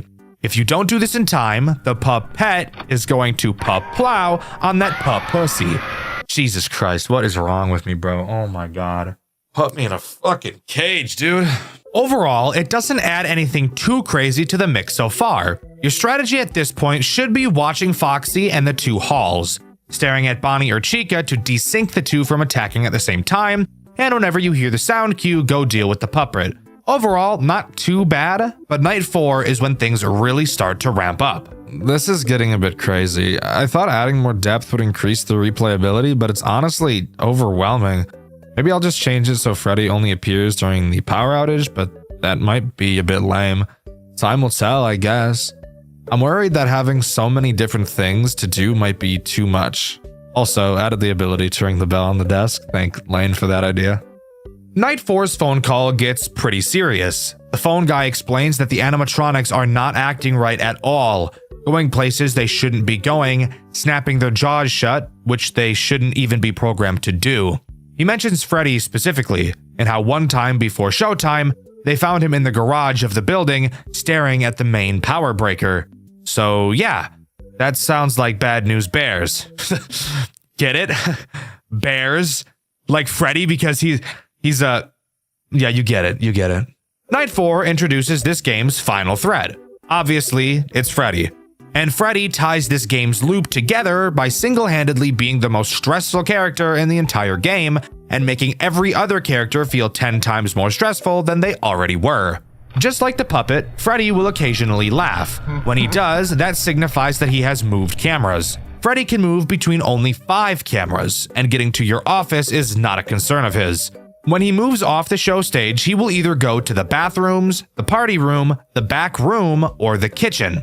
If at any point you hear him move and you can't find him on any 4 of those cameras, then that means he's moved to the garage. The garage camera, of course, has no video feed.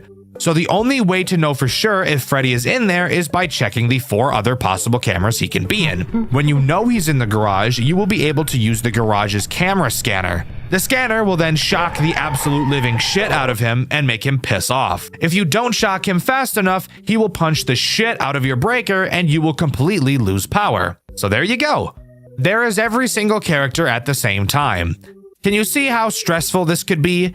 Having to constantly watch Foxy, having to balance stalling Bonnie and Chica, balancing your power usage and your camera usage and the power aids that will happen when you use your lights, and on top of that, having 2 characters that will require you to, at random, play a stupid fucking find them on the camera mechanic game, while having one of those bullshit characters also mixing in a small music box mechanic at the same time.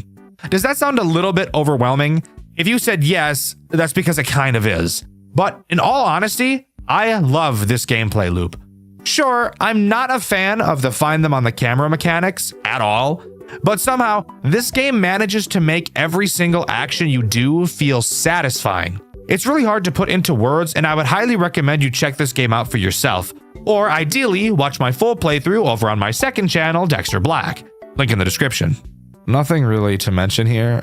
I'm just so unsure of everything revolving around this project right now. The ideas are definitely there. I'm proud of the models, the atmosphere is in place, but something still feels so off. I'm really unsure if people will enjoy this, especially with how grim the story is. When I explained the story to my mom, she went pale and just asked me, "What are you thinking?" Just a few weeks ago, I'd have had the answer. Now I'm not so sure. Is this really something anyone would want? Would a story like this really be part of his plan for me? I don't know. I guess it just really goes to show I'm out of my depth completely. There's one more thing I want to try. There's only one way to find out if I'll be satisfied with it though. Night 5 introduces nothing new, just being a harder version of Night 4. But it's clear from the developer notes that the dev is really starting to doubt themselves. And trust me, the phone guy is having a mental breakdown as well. Hey, glad to hear that you're alright. I was worried since, you see, there's sort of something I've been wanting to tell you. It's kinda... Okay, no, I can't do this anymore, dude. Everything's gone wrong, and I think I know why. On your first night, I told you about a birthday party that went bad way back, yeah? I was keeping quiet on the details. It's a sensitive subject around here, but during the party, the animatronics started going crazy. Kind of like they've been recently, and before anyone knew what happened, the power went out. Kids were screaming, parents were running around, and we were doing everything we could to get the lights back on. But by the time we did, the birthday boy was gone. And we couldn't find him anywhere, and no power meant no cameras, so we didn't have any leads. Not until our night guard didn't clock in for a shift. He hadn't missed a single shift before then, and he would have known exactly how the camera systems worked, so people filled in the blanks. Started a manhunt. Management tried to forget the whole thing, but the town sure didn't. Now it's looking like it's only going to get worse. I swear I'm seeing things that aren't there, hearing sounds on the walls, and that puppet thing keeps vanishing. I don't know why the animatronics are moving, but all of this, there's only one explanation I could think of. That kid's still here, like his ghost or something. I think it's responsible for everything that's happened since then. And deep down, maybe you're thinking the same thing. That's the only reason I can think of for why you keep coming back. Maybe you know something I don't, but here's the facts, man. This place isn't safe anymore. I'm taking my last paycheck and getting out of here. I'd suggest you do the same, but it seems you're pretty dead set on whatever it is you're trying to do. But I'm sorry I wasn't completely honest with you. No one else believed me, and look, I can't do much to make it up to you, but I know this place that serves some good drinks, and the food's pretty great. Had no animatronics either. Just give me a call tomorrow if you're up for it. My treat, man. It's the least I could do. Good luck. After completing Night 5, we get our paycheck as usual. But of course, if you've ever seen any FNAF game in your entire life before, then you'd know we're not quite done yet. Going back to the title screen, we'll see we've unlocked the Overtime Night. And surprisingly, it is not just a harder version of Night 5. Overtime Night starts with a phone call, not from the phone guy we've been hearing so far. If you remember, he said he was quitting, and exactly that he did. The phone call we get tonight is from a woman, talking about how employees have been spreading rumors about the animatronics and monsters, all of which we know is true. She says that all the employees who have been spreading these rumors will be docked pay, which I'm no expert, but I'm pretty sure that's illegal. And with that, Overtime Night begins. Let's just start by getting one thing out of the way.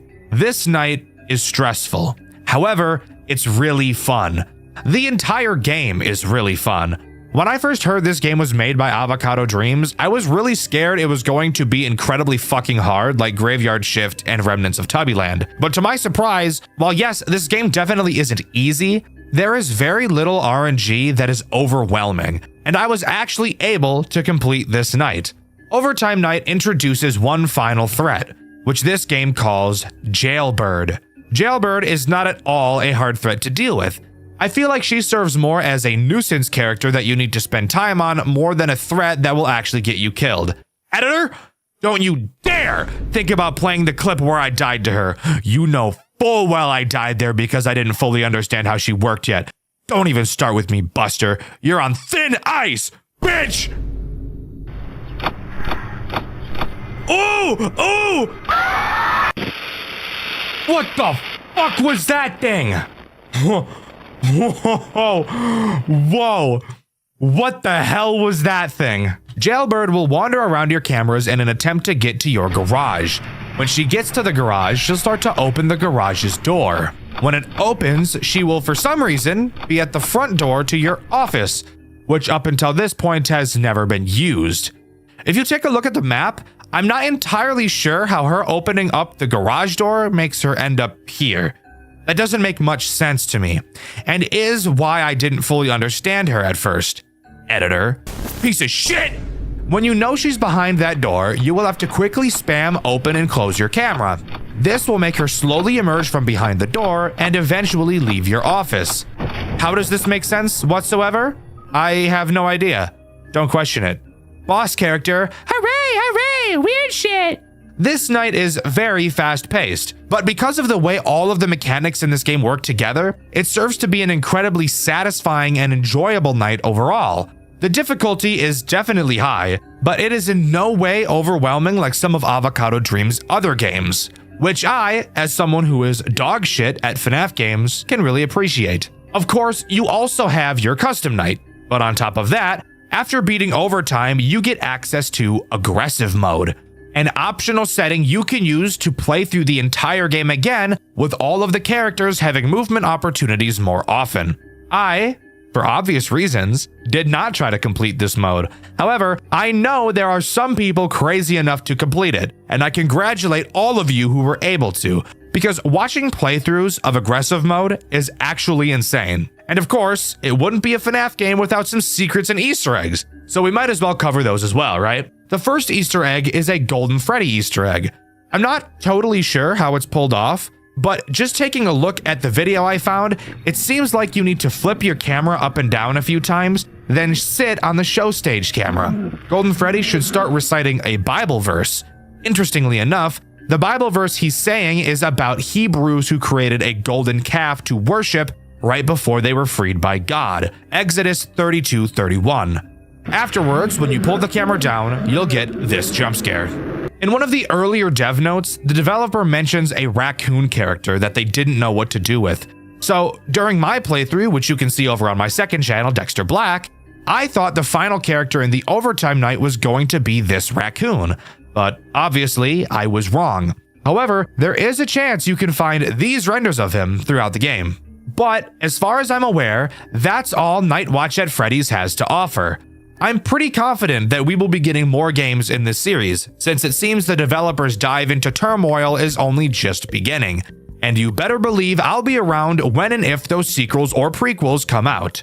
Overall, I think Night Watch at Freddy's has become my favorite Avocado Dreams fan project. And no, that's not just because it was the only one I've been able to beat. I think the idea for the story is incredibly unique. The character designs are great, the game mechanics are literally amazing, and every character works together so well. And of course, it doesn't rely too much on RNG. But let me know what you think. Do you agree with me, or do you think this is easily the worst fan game Avocado Dreams has ever worked on? One of my favorite genres of games is roguelikes. I also, as I'm sure you could have guessed, really like Five Nights at Freddy's games. I've only built a whole career off of it, so I'm sure you could have figured that out. So I bet you can imagine my pleasant surprise when I was told that there was a Five Nights at Freddy's game that was also a roguelike. The moment I learned of this, I downloaded it as fast as I could and started filming videos because I just knew even before playing it that it was going to be getting a Dxtr White video, and here we are now. You guys know what game I'm talking about. You can see the length of this video. I very clearly like this game a lot. So sit back, relax, and join me as we dive into the chaotic world of Too Many Nights. Unlike most FNAF games, Too Many Nights doesn't follow any storyline or the typical FNAF formula. Instead, it acts as an endless minigame that doesn't stop until you fail. Although I'm sure you already knew that considering everyone on Earth has played a roguelike before. At the start of each run, you will get to pick a character, of which there are many. Each character gives you a different set of abilities, with each having a list of pro and cons. You don't start with all of them and will have to gradually unlock them by doing specific tasks. I'll go over them in a bit. After picking a character, you will have to select 3 animatronics to put into the pizzeria. And this is where this game gets brilliant. You get to choose 3 animatronics yourself. The game will never choose them for you, and your initial choices will be random at the start of each run. However, if you really don't like your starting options, you can press R to re-roll your first pick as much as you'd like. As I'm sure you could have guessed, there are several animatronics in Too Many Nights. Each has a unique mechanic, and it will be up to you to plan out which animatronics you bring along, and control how they will be forced to interact with each other. Each animatronic falls into a certain category. You have your door animatronics, your camera animatronics, your mask animatronics, your vent animatronics, your flashlight animatronics, and what I'm going to call your nuisance animatronics. Each of these categories serves its own purpose, and generally speaking, picking multiple animatronics from the same category will make your gameplay experience easier. Before I really start talking about the characters, I'd like to explain the rest of the experience of a run. To start, after selecting your first 3 animatronics, the run will begin. After completing a night, you will be forced to add 1 new character. Every few nights, you will also be forced to add a penalty. These penalties fall into 2 categories: your general penalties and your character penalties. I'll dive into each of these later as well. After selecting a penalty, you may get the chance to go to the shop and buy some items. Throughout the night, you will gain Faz coins from successfully defending yourself from the animatronics. Once again, I will get into these items later. Keep repeating this process until you eventually die, and boom, that's the gameplay loop of Too Many Nights. Of course, that was a very oversimplified explanation. So now we're going to dive into each of the animatronics, how they work, and to keep it interesting, I'll even throw each character into a tier list so that you can all argue about it in the comments. I'm just going to go down the list that appears on the wiki, and be prepared, there are a lot of animatronics. Editor, I'd say I'm sorry for what you're about to have to do, but that would be a lie. Let's go. Freddy is a camera animatronic, aka my personal least favorite type of animatronic. Freddy will start on stage and make his way towards your right door. All you have to do is occasionally stare at him on the cameras to make him go backwards. I'm sure you can guess why I'm not going to like a majority of these camera animatronics. If he ever reaches your door, he will never leave and you'll be forced to keep it closed for the rest of the night or die. Freddy also has 5 penalties that have the option to be chosen when you have to select a penalty. The first is Mad Freddy, which will make you have to look at Freddy longer to make him go backwards. His second penalty is Branched, which gives him a chance to be able to attack your left door as well. And when you're playing this game, you will very quickly fall into a pattern, so having a character be able to switch up on you like this would very obviously throw you off. Stare Down is another Freddy penalty. This one is horrific. It makes Freddy never move backwards. Staring at him will only stall him. However, to compensate, he moves a lot slower, and the camera doesn't have to be up for you to be able to stall him. Invisifreddy is a penalty that I'm sure you could take a solid guess at what it does. That's right, it makes him fucking invisible. Isn't that great? Sure, a sound cue is added to his movements, but fuck that. That just sounds like AIDS. Finally, we have Nuh-uh, a penalty that's just so silly. When Freddy gets to your door, he will prevent the door from ever closing again throughout the rest of the night. Isn't that awesome? No, it isn't? Yeah, I know. Don't choose this one if you can help it. Overall, I'm not a fan of Freddy, but without penalties, he isn't the worst character in this game, so I'm going to give him a C tier. Bonnie is a door character, aka a character I usually like to pick. Bonnie starts on stage and makes his way to your left door. Once there, a sound cue will play and you'll have to close the door and stare at him on the camera until he goes away.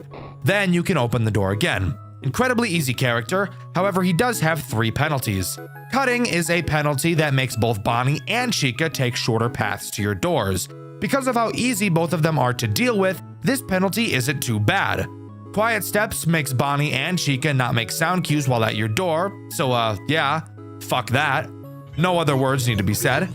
And finally, Flip Side is a penalty that will make Bonnie and Chica swap doors immediately after leaving the first door. Easily the second worst penalty these two have. Speaking of Bonnie and Chica, Chica is literally identical to Bonnie, except she attacks the right door instead of the left. And because of this, and how quick I am to pick these two, I'm putting both of them in S tier. Foxy isn't the worst character I've seen, but I did avoid choosing him for a very long time. Foxy will try to leave his stage in the ticket booth. Have your camera on him to stall him. If you don't, he'll charge at your door and bang on it, and make you lose a poop sock full of power. Foxy has 3 penalties and 1 item, which is pretty cool. Insta-Foxy is a penalty that will cause Foxy to instantly start in his last phase at the start of a night. This penalty actually isn't that bad at all, just let him charge right away and it's like the penalty isn't even there anymore. Hen House is a penalty that forces the camera to be up to stall Foxy, which actually is the most cancerous thing I've ever heard of. Haywire is the final penalty, which will make him attack your other door directly after attacking the first door. The only bad part about this is that him banging on your door drains power. And the item that Foxy has is called Good Guy, which makes Foxy not a threat. Looking at him will make him progress, and when he comes to your office, he'll give you a nice little gift like a good boy.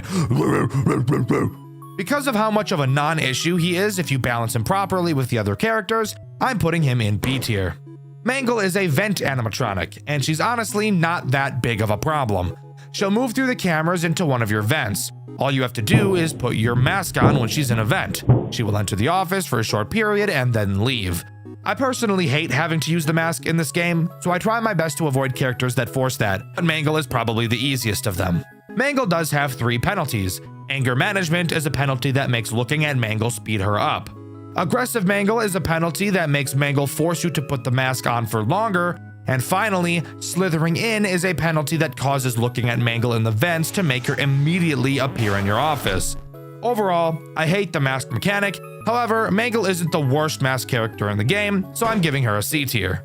Caroline, or the Marionette, behaves exactly how you'd expect her to. She's a music box. Hooray! Who could have expected that? If the music box winds down, for the rest of the night she will randomly teleport to a camera with a sound cue at random intervals.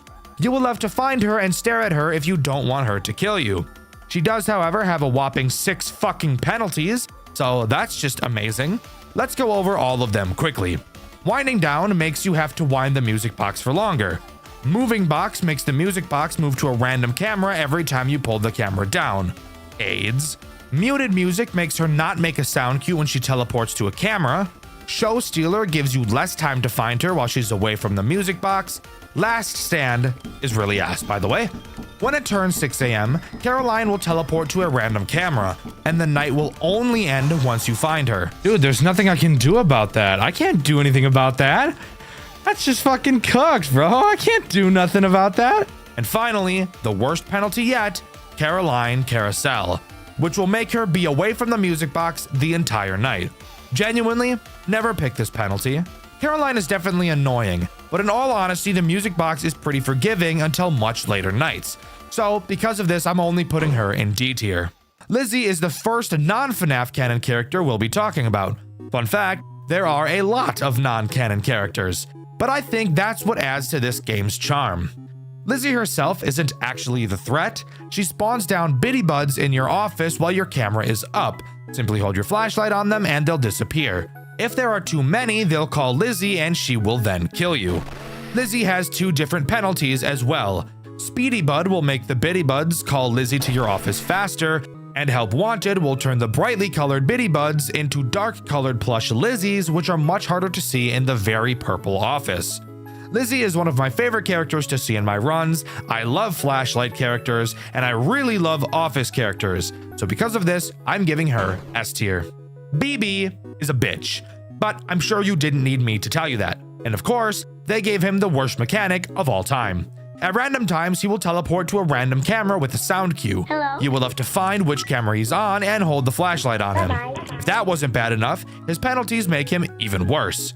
Mute BB makes him not make a sound cue, which is actually just fucking torment. Don't pick this. I'm Moving will make him teleport to a second camera after you find him the first time. Little asshole. And Aggressive BB will force you to hold the light on him for longer. Literally, fuck that.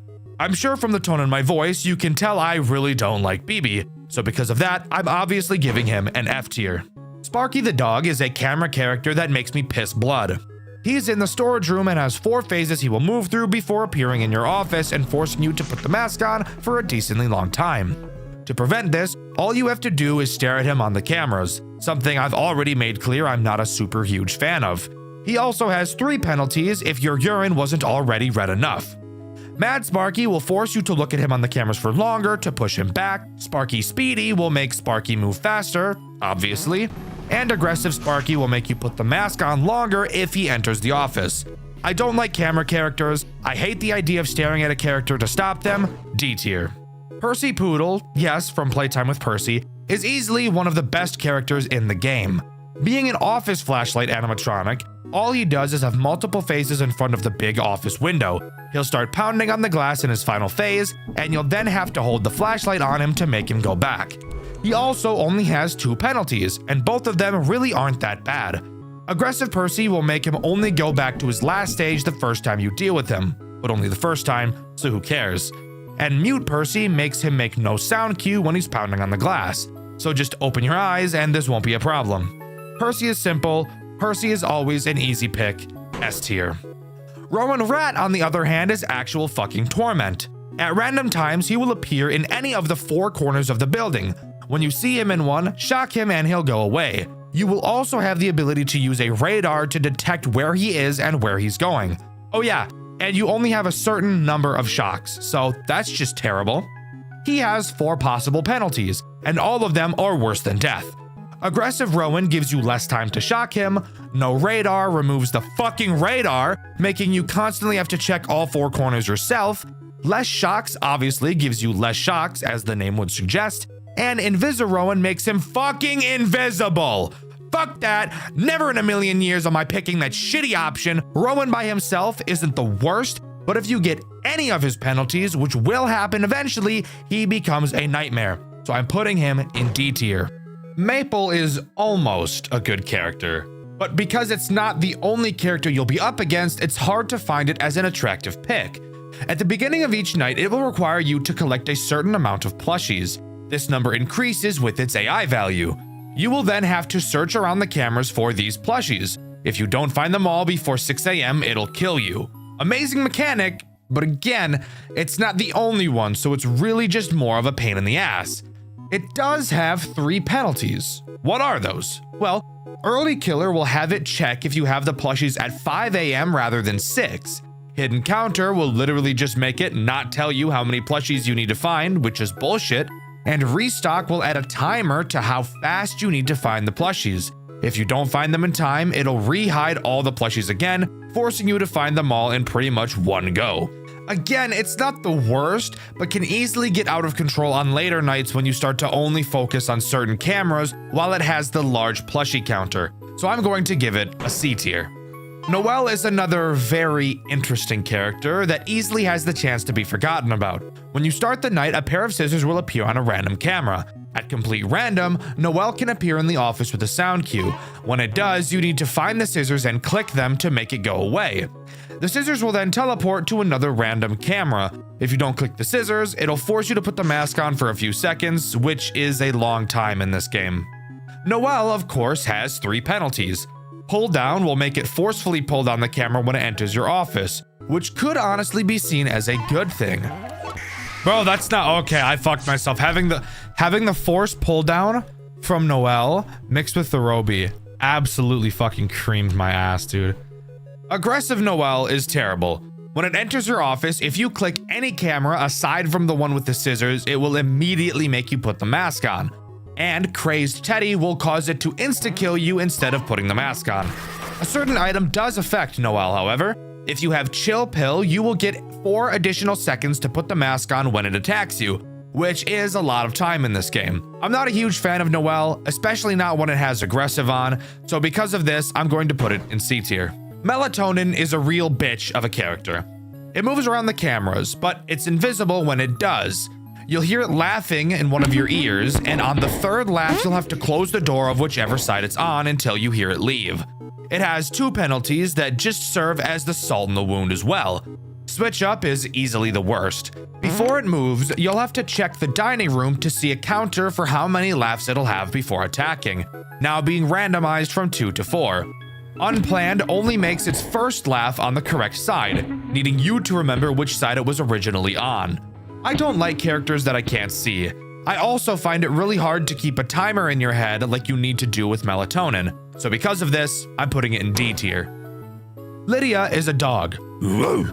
She'll be in the ticket booth in a fucking cage where she belongs. When you hear her banging on the cage, you'll have to take her out like Ol Yeller. Just kidding, you actually just have to hold the cage until that dumb mutt shuts up. The wiki, for some reason, doesn't have a page for her, and since I avoided her at all costs, I actually never experienced any of her penalties. But if I had to guess, I'd bet one of them makes you hold her cage for longer, and another makes her not make noise when she's attacking. But going off of how I know her to be with no penalties, I'm going to put her in C tier.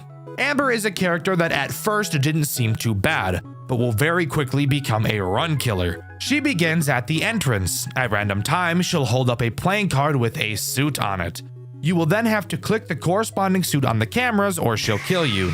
The 2 penalties she has might actually be the most evil ones in the entire game. Follow Suit will give her the ability to have more than 1 card, and 52 Pickup will make that number of cards she can hold literally be any number, which is so retarded I can't even begin to explain why you shouldn't pick this, so just don't.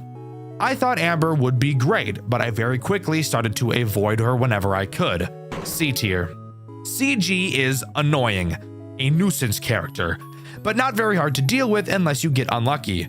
She will randomly move around the cameras, and if you look at her on the cameras for too long, she'll make you put the mask on for a really, really long time. Her penalties aren't really the worst, however. Aggressive CG will make you put the mask on for longer, and Insta CG will make her enter your office if you look at her, period, even if only for a fraction of a second. However, a monitor is added to your office showing exactly where she is at all times so that you can easily avoid her. There are much worse nuisance characters, and if you don't have any of her penalties, she really isn't a problem. B tier. Dsam, I'm gonna say Sam, is a character I never once chose throughout my playthrough. You may think that makes me a bad reviewer, but I personally think that makes me someone who values not killing myself. Sam will slowly walk back and forth in front of your window with some sound cues. Before he gets to a door, you will have to close it, making him a character you pretty much always have to be watching. He has 2 penalties. Quiet Sam removes his sound cues, and Invisa Sam forces you to only use his sound cues. So pick your poison, dumbass. Or even better, just don't pick this character. D tier. Roby is torture. I thought he wouldn't be so bad, and let's just say I wasn't so right. He sits in your office with a timer on his eye. When it reaches 0, you must have your mask on or you will die. He has 2 penalties that are all equally terrible. Mute Roby removes the sound cue he makes right before waking up. Awoken Roby makes him stay awake longer, forcing you to put the mask on longer. I'm dead serious. Don't pick this character. He is horrific. F tier. Alexis is simple, but very easy to forget about, especially on later nights. She will randomly wander around the cameras. If you pull the camera down while on the camera she's at, she'll make you put the mask on for a really long time. So you'll have to switch cameras before pulling them down. She also has 3 penalties. Aggressive Alexis makes her act like CG, where looking at her for too long will also make her attack you. Sneaky Ghost will only make her appear on a camera after you look at it for a second, and Crazed Ghost will insta-kill you instead of making you put the mask on. If you are diligent and aren't an idiot, Alexis is not an issue. But because of how fast you'll be switching through cameras on later nights, I can't give her any higher than a B tier. Onion is another character I never choose. When you pull up the cameras, there's a chance he'll be on them and quickly run left or right. You will have to close the corresponding door. If you close both, he'll drain a bunch of power. Again, for some reason he doesn't have a wiki page, so I don't know what his penalties are, but just knowing what he does, I'm going to put him in C tier. T Generic is a very annoying character who I only choose if every other character was ass. He will be in the entrance with an arrow on his face. Once he leaves the entrance, he will go to whichever vent he was pointing to, and you'll have to stare at him in that vent until he goes away. If he gets into your office, you'll have to put the mask on for a very long time. He has 3 penalties that somehow make him even more annoying. Crazed Robot will make him insta-kill you instead of putting the mask on. How About I Do Anyway will make him enter your office regardless of if you looked at him in the vents or not. However, if you did look at him, you'll have to put the mask on for a shorter amount of time. And Glitched will make T Generic sometimes switch what vent he's going to, making his arrows completely useless. He's a character that breaks the rules and that breaks my balls. D tier. Kaiden acts in much the same way as T Generic. He'll start in the entrance holding a sign with an arrow pointing left or right. Once he leaves with a sound cue, you'll have to close whichever door he was pointing to. He of course has penalties that make him silent and make him go in the opposite direction the sign was pointing to. I've actually picked Kaiden multiple times because if you can avoid his annoying penalties, he's an incredibly easy character to deal with, since you can close both doors when you hear his sound cue for about 2 seconds and not have any additional penalties. A tier.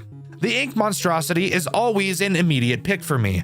It starts in your office on the ceiling and slowly creeps down. Hold your flashlight on it to force it back up. The best part is it'll basically teleport all the way back up when you flash the light on him, but that's where his penalties come into play. Stubborn will make you have to hold your light on him, removing the loveliness of this character, but overall still isn't too bad. Head Start will make the ink monstrosity start halfway down in your office and won't be able to go all the way back up to the top.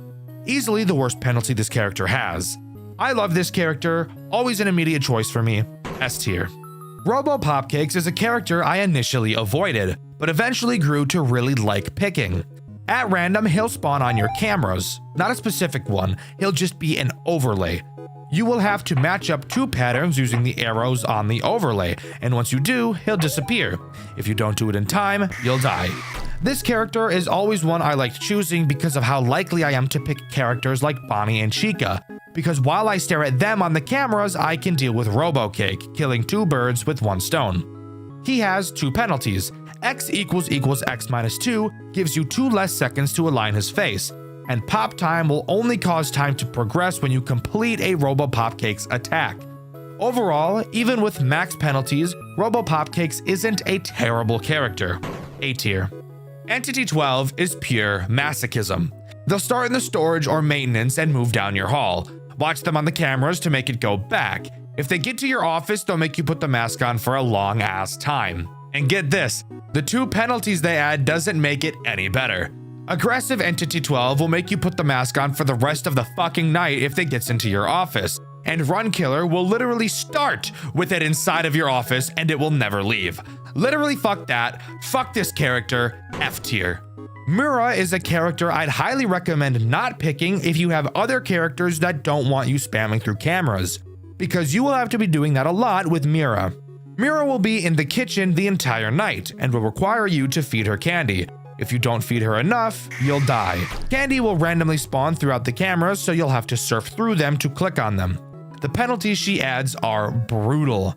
Savory Tooth makes candy spawn less. Small Plate puts a small cap on the amount of candies you can hold at a time. And Sweet and Sour adds sour candies that will remove a candy from your candy counter if you click on them. So if you've been working your muscle memory this whole time and get this penalty, have fun clicking on every single sour one all the time. I'm not a fan of the camera surfing this character brings, and I'd much rather prefer to just ignore picking her. D tier. The Ringmaster is an interesting character. He'll randomly spawn on your cameras. When you see him, you'll have to flip the camera down and greet him in your office. If you switch cameras, he'll make you put the mask on for a long time. Crazed Magician is a penalty that will make clicking off of his camera just instantly kill you. And Masked Magician will make flipping down the camera always make you put the mask on, but for less time than usual. I don't love picking Ringmaster, but I will usually end up choosing him later in a run. B tier. The entity is someone who gives me AIDS. They will randomly spawn on your cameras in 3 locations, except only one of them is actually real. You'll be able to tell because the fakes will be more transparent. Again, for some reason their wiki isn't available, and I never actually chose any of their penalties, so I'm not totally sure what they are. But I hate find them on the camera characters. You guys know that. D tier. No VA is a character I only dealt with once, acting as probably the most nuisance characters of all the nuisance characters. No VA will randomly move around your cameras. You will have to avoid clicking on the camera it's on, or you'll have to put on the mask. On lower AI levels, the camera it's on will be marked with green, making it very easy to see. As the AI goes up, it'll get harder and harder, eventually becoming fucking invisible. And let me tell you, the penalties make it even worse, as I'm sure you could have guessed. Malware makes clicking on no VA's camera kill you instantly. Spamware makes no VA on multiple cameras at a time, and adware creates an adware window on your cameras. If you don't close it fast enough, it will force you to look at no VA's camera. I actually think this character is really cool, and I think that its penalties are actually super interesting. Aside from malware, that one is AIDS. I still don't love picking this character though, because I hate mask characters. So because of this, I'm giving no VA C tier. Moldy is a character that is a really good pick for early game, but late game will easily become a character you will forget about. Whenever you pull down your camera, there's a chance he'll be in your office. If he is, you'll have to hold your light on him for a while, or you'll have to put the mask on. He has 2 penalties. Aggressive Moldy will make you have to shine your light on him for longer, and Crazed Mold will make pulling up the camera while he's in your room instantly kill you. Again, early game, he's amazing, but you will very quickly forget about him once more characters start to get added. So because of this, I'm giving him B tier. Rita Rabbit is thick, but that's not important. What is how she works. She sits on her fat ass in the arcade slowly attempting to leave. All you have to do is hold the flashlight on her to make her go away. Honestly, not that bad of a character if you pair her with other arcade characters, which there is a decent amount of. She has 2 penalties. Aggressive Rita will make you hold your flashlight on her longer, and Cheeky Rabbit will make her move faster the longer you're not looking at her camera. If you know how to stack her with other characters properly, Rita shouldn't be a problem even if you have her penalties. A tier. Coral is another character that I love seeing as an option to pick. Coral will randomly appear at either of your doors with no sound cue, so you'll have to make sure you're paying attention. Simply close the door he's at and he'll knock, letting you know he's left. He has 2 different penalties. Blinding will make you additionally hold the flashlight on him for a while, and making sure will force you to have your camera down while the door is closed in order for him to leave. I love this character, he's super easy to deal with, S tier. Shrimp is another character that just makes me giddy with joy whenever I see her. Shrimp will occasionally spawn some shrimp food in your office on either side.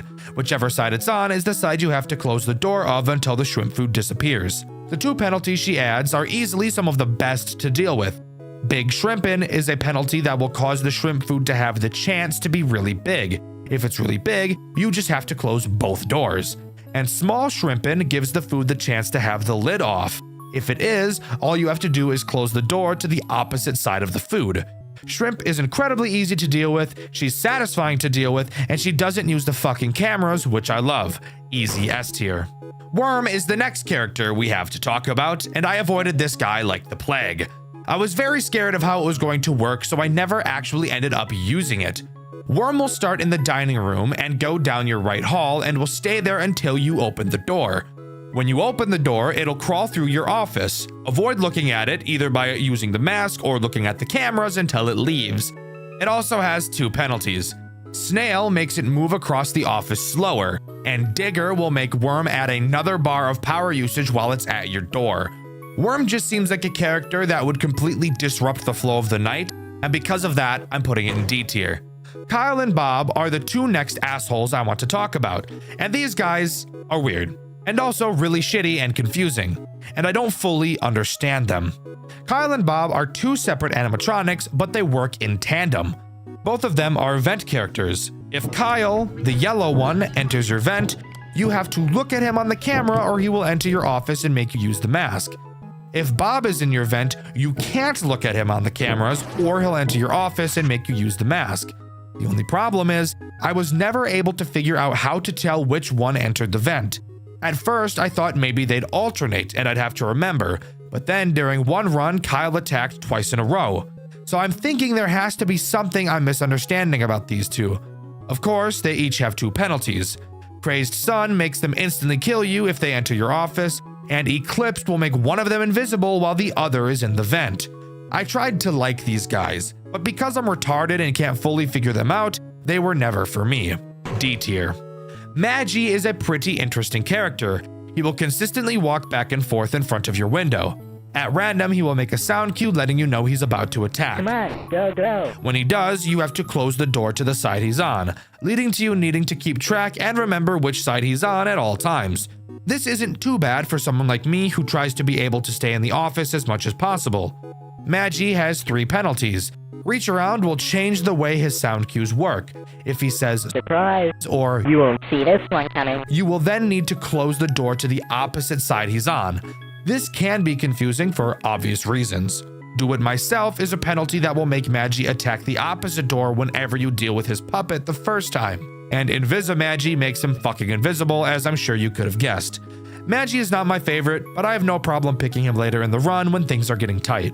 B tier. Mallory, on the other hand, is torture. She stays in the ticket booth. At random, she will hold up any amount of fingers on one hand. You will then have to flash her with the flashlight that many times. If you flash her too many times or not enough, she will dash at your door 15 times. This is AIDS. And I can't even lie, 15 times? Why so many? Seems a bit overkill, don't you think? But let's talk about her penalties, which she has 3 of. Ambidextrous will make her be able to show you up to 8 fingers. DoorDash will make her charge 20 fucking times instead of 15, and DoorDash EX makes her charge your doors for the entire night. Easily one of the most bullshit characters when you have her penalties on, but if you can avoid choosing them, she's only really ass because her hand is conveniently behind the fucking camera map. D tier. Roy is one of the only camera animatronics I can actually stomach. He starts in the dining room and slowly makes his way to your office. You can lure him to a previous camera by holding your flashlight on them. Since he's a moth, he's attracted to the light. He only has 1 penalty, Aggressive Roy, which will just make you have to hold the light for longer to get him to move. Overall, very solid character, and not too annoying to handle until his AI value gets really high. A tier. Silly is kinda silly. Fuck, editor, cut that out. Silly is my favorite vent animatronic. He moves around the cameras, who gives a fuck? Eventually, he'll enter one of your vents. When he does, all you have to do is hold the flashlight on him before he enters your office and eats your butt. He also only has 1 penalty, Aggressive Silly, which makes you hold the flashlight on him for longer. Very simple character, he makes sound cues, I like sound cues, S tier. Next up, we've got Bop. She's an interesting, ADHD-riddled little fuck. When you pull down the camera, there's a chance she'll be standing in your window. She will then dash towards either of your doors. Simply close that door before she gets to it. She has 3 penalties. Layered Square will make Bop charge your doors multiple times. Bop Spawn will cause Bop to be able to spawn at your window even if the camera is down, and Force Down will make Bop force your camera down if it is up. A character that requires quick reaction time, and when more characters get added can be easily missed. E tier. Venus is a fucking plant. Oh, you want to know what they do? Sure, that's fair enough. Venus will sit in the kitchen the entire night like your mom in the middle of the night looking for more food, even though she ate 65% of dinner that night. Throughout the night, bunnies will spawn in your room and you'll have to click on them to collect them. You then feed these bunnies to Venus in the kitchen camera. Very fucked up, Venus. These bunnies are cute. Venus has a hefty 4 different penalties, actually being one of the highest in the game. Wabbit hunting will make the bunnies in your office jump around, making them harder to click. Except they're still not hard to click, so it's not that bad. Depopulation will make the bunnies spawn less frequently. Wanderer will make Venus randomly move around your cameras instead of camping the kitchen. And Mako will add Venus's friend Mako into your office. If you click on him, you'll die. Venus is very fun to play with. Their mechanic is satisfying, clicking on the bunnies is fun, and even most of their penalties aren't too bad. S tier. Cyrex is the next character we need to talk about, and I absolutely hate her. She starts in the ticket booth and slowly makes her way to your office. Before she gets to your office, you'll have to go to the ticket booth camera and call her to your office manually and then put the mask on. If she gets to your office by herself, I'm assuming you can guess what happens. And if you couldn't have already guessed, her penalties aren't much better. Rising aggression makes her make you put the mask on longer the longer you take to call her to your office.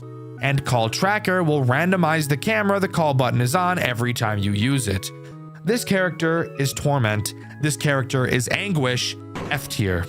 Next we have Ellie, another character so potently AIDS I fear even talking about her. Her goal is to chew the wires in the storage room to cut your power. You will have to watch for her in either hall. When she's in one, you must make sure the door on that side is open and shake a box of snacks on that side of the office to lure her inside of the office. She will leave shortly thereafter. If your office door isn't open when you lure her, she will bang on the door and drain your power. She also has 3 penalties if this didn't already sound terrible enough. Shaker will force you to shake the bag of treats longer. Power Chomper will make Ellie drain more power when she bangs on your door, and Wind Skip will make her able to teleport from one hall to another without ever appearing in your window like she usually does. I don't think I have to explain why this character is awful to deal with. The rules that go along with her are far more complicated than any other character, F tier. The next character we have to begrudgingly talk about is Ammo. Ammo starts in the dining room and will slowly wander to your right door. Each camera he travels through will have an eject button with 2 power. Before Ammo reaches your office, you must press the eject button on any camera that has the eject power, which will then send him back to the dining room. Once a camera is out of power, there's no way to get it back. If this wasn't terrible sounding enough, you haven't even heard of his 3 penalties yet. Quiet Ammo will remove his sound cue when he moves. Single Take only allows each room to have 1 eject power instead of 2, and Demon adds Ammo's friend, Demon, who will randomly move around the ejectable cameras. If you eject a camera Demon is on, you will die. I hate this character. Dealing with him can be bad on higher AI values, but since he's nowhere near as bad as some of the other characters in this game, I'm putting him in D tier. And here we are, 29 pages into my script later, and we can talk about the final animatronic in this game, Swagman. Swagman has a pretty interesting mechanic I've actually never seen before. He will randomly wander around the cameras. You will have to stare at him to fill his swag meter up. If it goes all the way down, he will make you put the mask on for a long ass time. However, this mechanic isn't as bad as I'd usually say it is, because you can easily tell which camera Swagman is on because he lights it up. So, what about his 3 penalties? Well, Swagalicious makes him move from camera to camera faster, which can get annoying. Endless Swag will force you to put the mask on for the rest of the night if Swagman gets in, and Eye on the Swag will make Swagman's meter go up slower than usual. Overall, not a bad character, and no penalty that removes the ability to see what camera he's on. C tier. And there we go. That's every single character in too many nights. I love how many there are. It leads to such a new and interesting experience every time you play, and I love it. But now I'd like to mention the general penalties that aren't specific to any character, as there are a few of those as well. Generally, from what I've noticed, it's much smarter to pick the general penalties over the character penalties, as it will be much more likely that they will be easier to deal with. Overtime will make each hour of the night last 2 seconds longer, and you can actually have 2 overtime penalties active at a time. Less power will, as the name suggests, make you start each night with less power, 10% to be exact, and you can have 3 of these penalties. Less room is a penalty that will give you 1 less option when selecting animatronics, and you can have 2 of them. All-Star will make the next enemy you add start at max AI value. Stranger Danger will add a random character you don't already have at a very low AI value, and Midnight Motivation will make all characters' AI value increase at 3 AM. All-Star, Stranger Danger, and Midnight Motivation are probably going to be penalties you always want to avoid, but I personally don't think the other characters are that bad. Next up, I'd like to talk about the characters that you can unlock to play as, because if you remember, each character has different pros and cons for you to choose from. To start, each character has a different amount of lives they'll start you with. Getting jump scared by an animatronic will cause you to lose one of these lives, giving you multiple opportunities if you mess up. And of course, I'll be putting these guys on a tier list as well. The first character you will have by default is Michael. He gives you 3 hearts and has no abilities. He's as basic can get, really. D tier.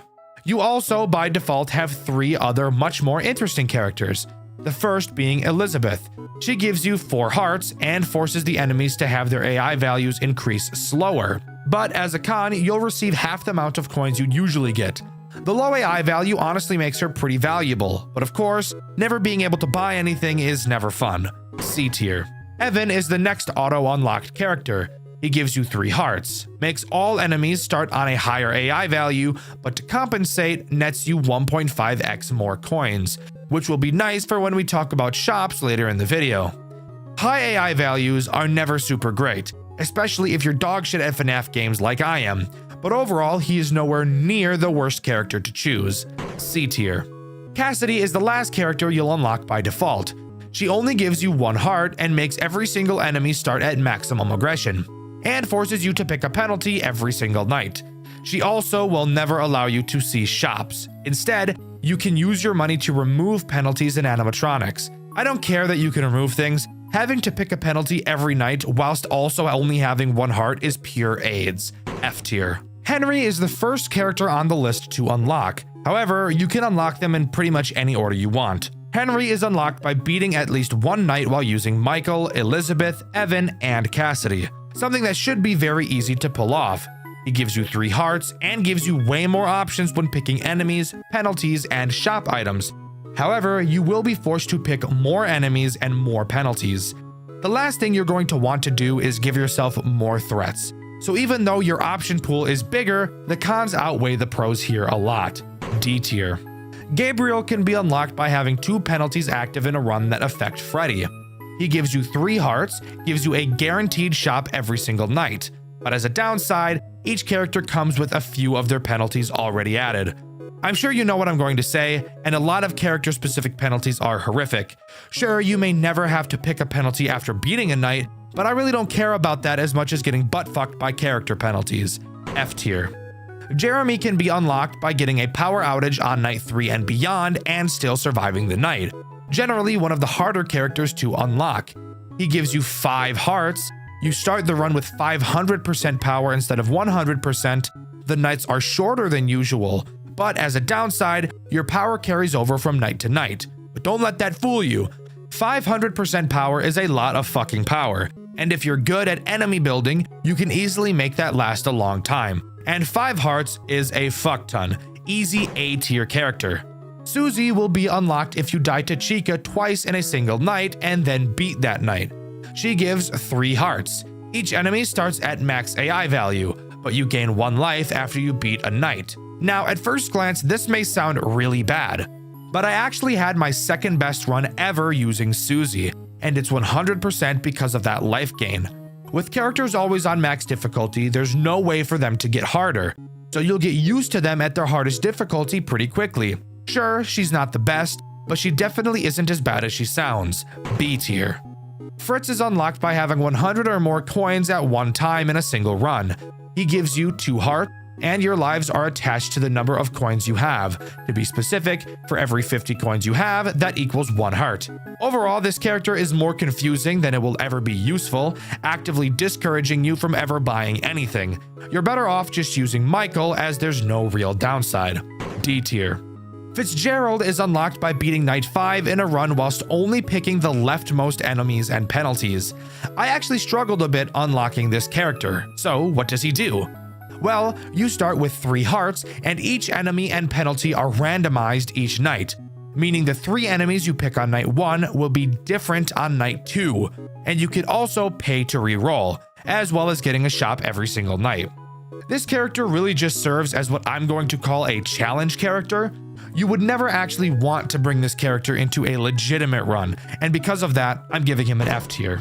Sally is easily the most unique character out of all of the normal ones, and I'll explain what normal means in a bit. You unlock her by beating a night with both Percy Poodle and Rowan Rat on max AI values. Sally introduces a brand new mechanic, that being the pup pal from Playtime with Percy. It works in the exact same way as in that game, and the best part, your progress on the night is tied to it. No more waiting out the night. You will have to complete the games on the pup pal for the night to end. Again, this goes to serve as more of a challenge character than anything else, as playing Sally will by default make the game much harder, and because of this, I'm giving her F tier. Again, not because she's not a fun character, but because if you're trying to get far in a run, she's not the character for you. And finally, we have the man himself, Scott Cawthon, who is unlocked by completing Night 3 with every other character in the game. And of course, since he's the final character, he has the most interesting mechanic. He himself doesn't have any abilities, instead letting you pick the pros and cons from every other character in the game, allowing you to mix and match your favorite pieces from other characters. You don't need me to tell you that Scott is a broken character. I'm pretty sure you can figure that out. Easy S tier. And boom, that's every single playable character in Too Many Nights. So now we can start talking about the items that can be bought in the shop. I won't be going over each and every one, since there are literally a fuck ton to talk about, and this video is already long enough. But I do want to talk about some of the best ones to look out for. Early Out is an item that will make each night 2 seconds shorter. More Power will start each night with 10% more power. More Room will give you more options when picking animatronics. The Empress will give you 1 life and give you more options when picking animatronics. The Emperor will decrease every animatronic's AI value by 2. The Chariot will have you start each night with 15% more power. The Hanged Man will remove 2 random penalties you have activated. Death removes a random enemy. The Moon makes each hour 3 seconds shorter. Fritz Children's Bible will make items you can't afford never show up in shops, and Sparked will make sparks appear randomly on cameras, and touching them will increase your power. Those are all of the yummy mashed potatoes in my belly items that I like to look out for in the shop. Again, there are a lot more, but I think it would just be really boring to go over all of them. But there you go. That's everything you need to know, and as far as I'm aware, everything that Too Many Nights has to offer. I would highly recommend you give this game a try. It is some of the most fun I've ever had since starting this channel, and I actually plan on doing some Too Many Nights streams here on this channel. If that's something you're interested, let me know. Also, if you were interested, Too Many Nights is actually getting a version 2.1, and it's being worked on as I'm writing this. I'm super excited to see what it has to offer once it's fully released. This game is so incredibly unique and combines 2 of my favorite game genres of all time into one amazing game. The art style is unique, the community input is fantastic, and of course, the gameplay and gameplay loop are impeccable. Have you ever played a game that was so good you wanted to play it again? Have you ever found a game dev whose games were so finely crafted you wanted to play every one they've ever made? Now, here's a crazy question. Have you ever played a game that was so utterly disappointing, bad and a waste of time that you'd honestly, and I do mean honestly, would rather play Garten of Banban. Well, I just did actually, and I need to talk about it. I literally cannot help myself, and I bet you know the game I'm talking about, and maybe you even like it. This video is being made to explain why you shouldn't. The game I'll be talking about today is Five Nights at Candy's 2. You might be asking, why are you covering the second game in a series when you haven't even made a video about the first one? Well, I'll be honest with you, the first one is criminally mediocre at best, but if you guys want, I'll cover that one too. I just remembered this second game and remembered how unmemorable it was. So let's dive right into the most boring and mind-numbing Five Nights at Freddy's game ever made. Five Nights at Candy's 2 begins with us getting a text message from someone. That someone is not named, but we're told that we lost a bet, and because of that, we'll have to spend 5 nights in an abandoned factory again.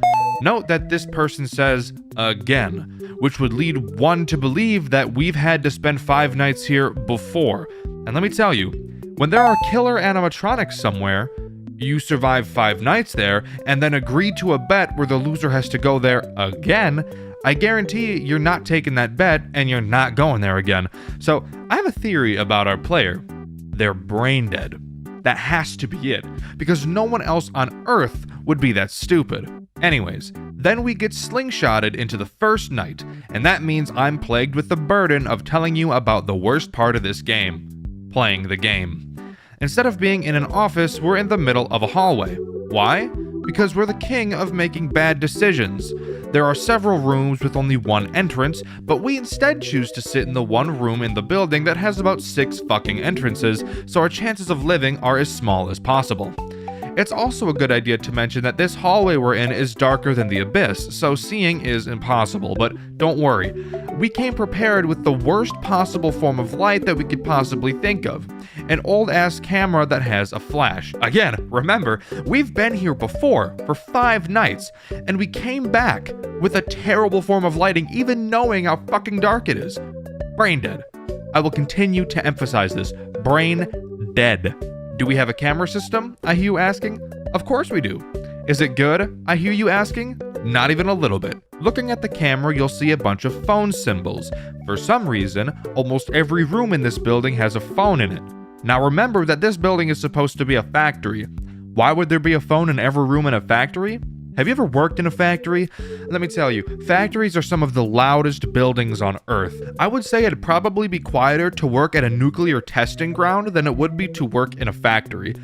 On top of that, because of how loud factories are, most will have you wearing earplugs, so I guarantee you that nobody who's working in this factory would ever in a billion years be able to hear any of these phones ringing. But let's stop being literal and talk about why they're here. Similar to Five Nights at Freddy's 2, there are no doors. So how do you keep the animatronics from fingering your butthole? Well, we use the phones to lure them around the building, just like the Balloon Boy laugh from Five Nights at Freddy's 3. The key difference between this system and the system from FNAF 3 is, where the laughing system from FNAF 3 is good, the phone system from Five Nights at Candy's 2 fucking isn't. Let me explain. So in FNAF 3, you can use the Balloon Boy laugh in whatever room you want, and Springtrap will move to that room as long as he's in a room that is adjacent to it. Makes sense. In Five Nights at Candy's 2, you can use the phone in whatever room you want, but animatronics will only move to it if they're in the main hall where you are, and the reason given is, the only room that they can hear the phone in is the main hall. Please, tell me how that makes any sense at all. Even if an animatronic is directly next to the room you use the phone in, they can't fucking hear it. But if they're in the main hallway and you use a phone in the furthest possible corner of the room 847 meters away, they'll jump on that shit. That makes no sense. Now you might be wondering, what happens when they get to the room of the phone you rang? Good question. They fucking disable it. Great. Now I have a question. Why are they going after the phone? It's a phone. Who cares? In Five Nights at Freddy's 3, the reason Springtrap went after the Balloon Boy call was because it sounded like a child, and Springtrap had pedophobia, unlike Dr. Disrespect. But this is just a phone. What reason do the animatronics have to attack this phone? I actually have a theory about that. because the phone call ring is the most annoying sound on the face of the planet. Don't believe me? This is what it sounds like. Isn't that the worst? Get ready to hear that for your whole playthrough, because it's the main fucking mechanic of the goddamn game. I still haven't even mentioned what happens on night 1. So to start, there's no phone calls. Thank God. If I had to hear the phone ring even one additional time, I think I'd rip an infant in half. And the only animatronic that's active on night 1 is Cindy. And let me tell you, she's got hips like Judy Hopps, I'm not even gonna lie to you. Cindy is pretty boring overall. She just moves around. Call phones and make her move, mazel tov. But let me tell you, she moves at about Mach 20. You'll call a phone, causing her to leave the hall, and within about 10 seconds, she's already back into the hallway again. So you get to hear the oh so good sound of the phone again and again and again. I love life. Just kidding. No, I don't. This game does something pretty interesting. Once you beat a night, you'll get a minigame. Night 1's minigame has you play as Chester the chimpanzee. In it, you walk around what I assume is the building from the first game. You walk down into the office, grab a key, and unlock what I'm guessing is a back room. However, we don't get to see what's inside before the minigame ends. Cool, I guess. Anyways, let's move on to Night 2. Night 2 introduces a new animatronic, that being Chester. Remember him? You should. I just talked about him quite literally about 15 seconds ago, so I hope you would. Chester has a mechanic more unique than Cindy's, so that's good at least. Chester will start going quite literally apeshit on one of the vents in a random room. Can you guess how to deal with him? Can you? I'll wait. Ding ding ding! We have a winner! You fucking use the fucking phones to fucking scare the fucker away. God, fuck, I can't stand the phones. I'm gonna shart and then I'm gonna piss on it. Fuck, I'm sorry, I need to relax. I've been seeing a psychiatrist, and he says we're making great progress. However, there was this one time his phone rang during a meeting and I ripped the couch in half. So, that set us back a little bit.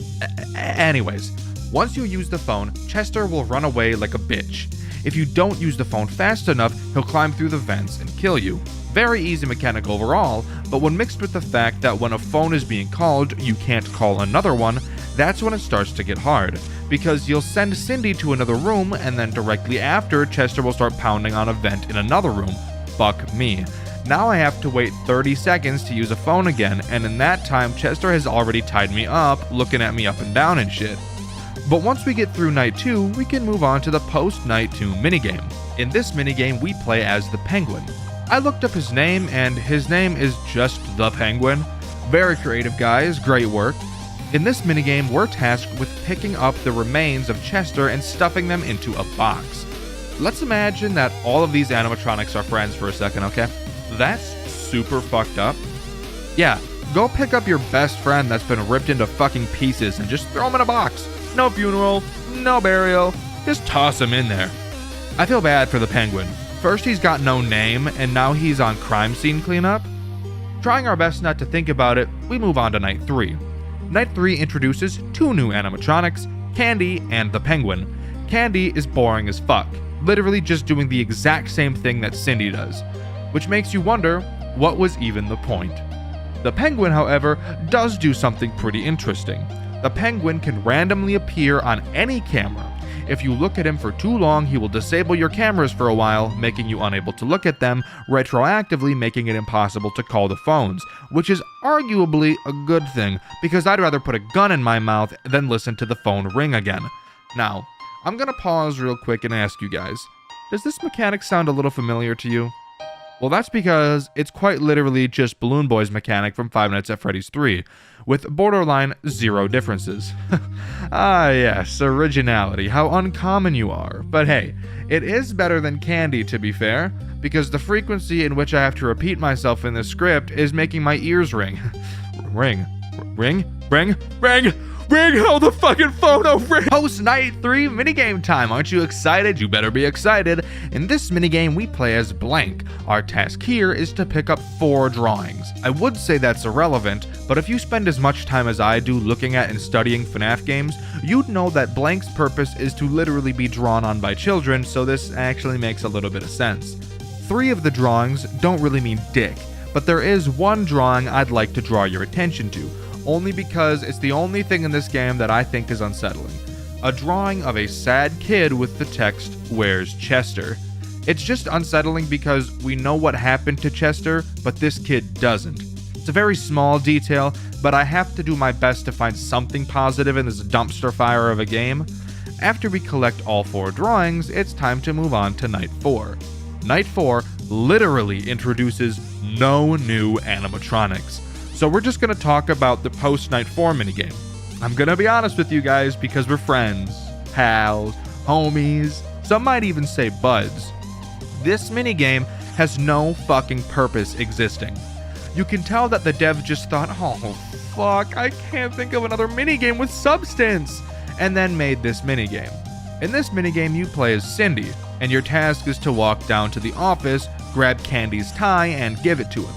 That's it. You know, I can tell that this script is going to be shorter than I usually like them to be already, but when you give me 0 content to work with game, it makes it significantly more difficult to lengthen the script out so that the viewers have more fucking content.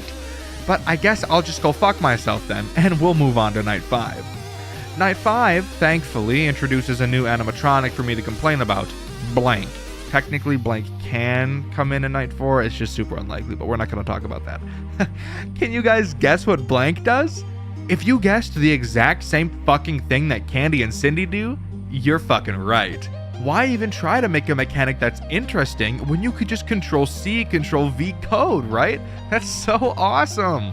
But as far as I can tell, Blank does at least do something different from Candy and Cindy.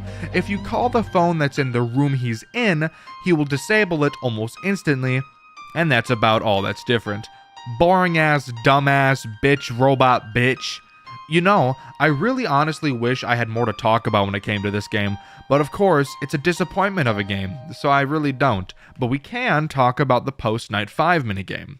The post-Night 5 minigame actually has a lot of substance to it, so I thankfully actually have something to talk about.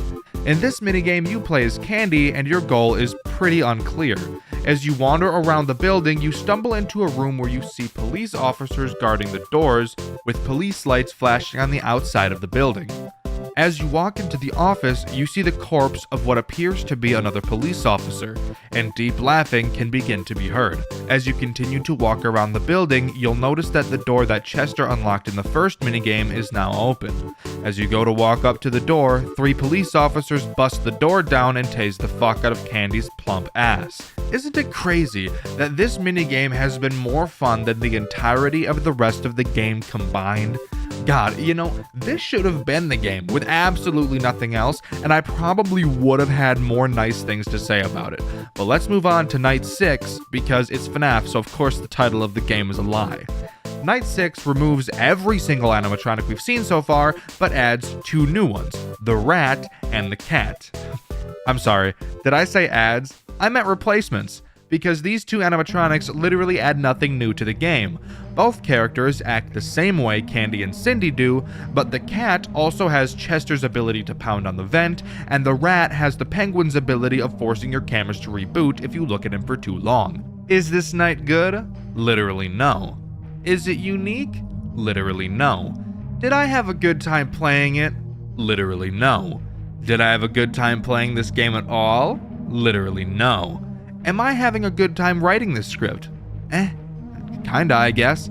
There's only so much you can write about when the dev of the game shits in their hand and gives it to you with a sticky note attached that reads Five Nights at Candy's 2. But whatever. Post-Night 6 minigame time, I suppose. The Post-Night 6 minigame also has a lot to talk about. Hilariously more to talk about than the actual base game.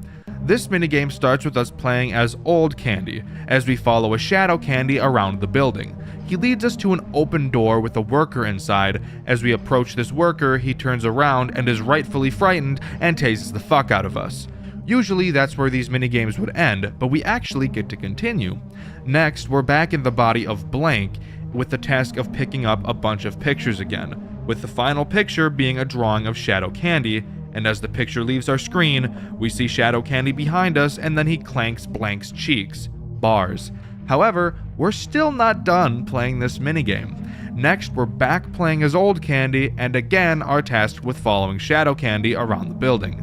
We walk past a man in a black vest who looks very upset, and Shadow Candy leads us to the office where we find a crying child. As we walk up to the crying child, they get up and stop crying and prance out of the room all happy and shit. Continuing to follow Shadow Candy, he leads us back to the man in the black vest we saw earlier to find him grabbing the child we found by the head, based, and the child is crying. We walk up to the man and presumably bust it down freaky style with him and split him in half like a log. And that's the end of this minigame. I honestly appreciate this game doing something that at least feels like progress and understanding. However, that's where my critiques end for this game, because that's the fucking end of the game. Do you feel fucked? I feel fucked. This game just bent me over and fucked me. I spent a few hours playing this game, and what do I get? I get fucked in the ass by Five Nights at Candy's 2. No lube, raw, in the ass, fucked. I am not even remotely satisfied with this game. It did nothing good at all to make me appreciate it. Sure, it has its two interesting moments in the final two minigames, and sure, it has the secret animatronic that's kind of a baddie, but that's not even close enough to make me like it. Even looking at the time at which it came out, coming off the back of Five Nights at Candy's, one of the best FNAF fan games at that time, it still wasn't even good. It was just a shitty Five Nights at Freddy's 3 with a boring ass gameplay loop. Now, I'm not a fan of Five Nights at Freddy's 3 either.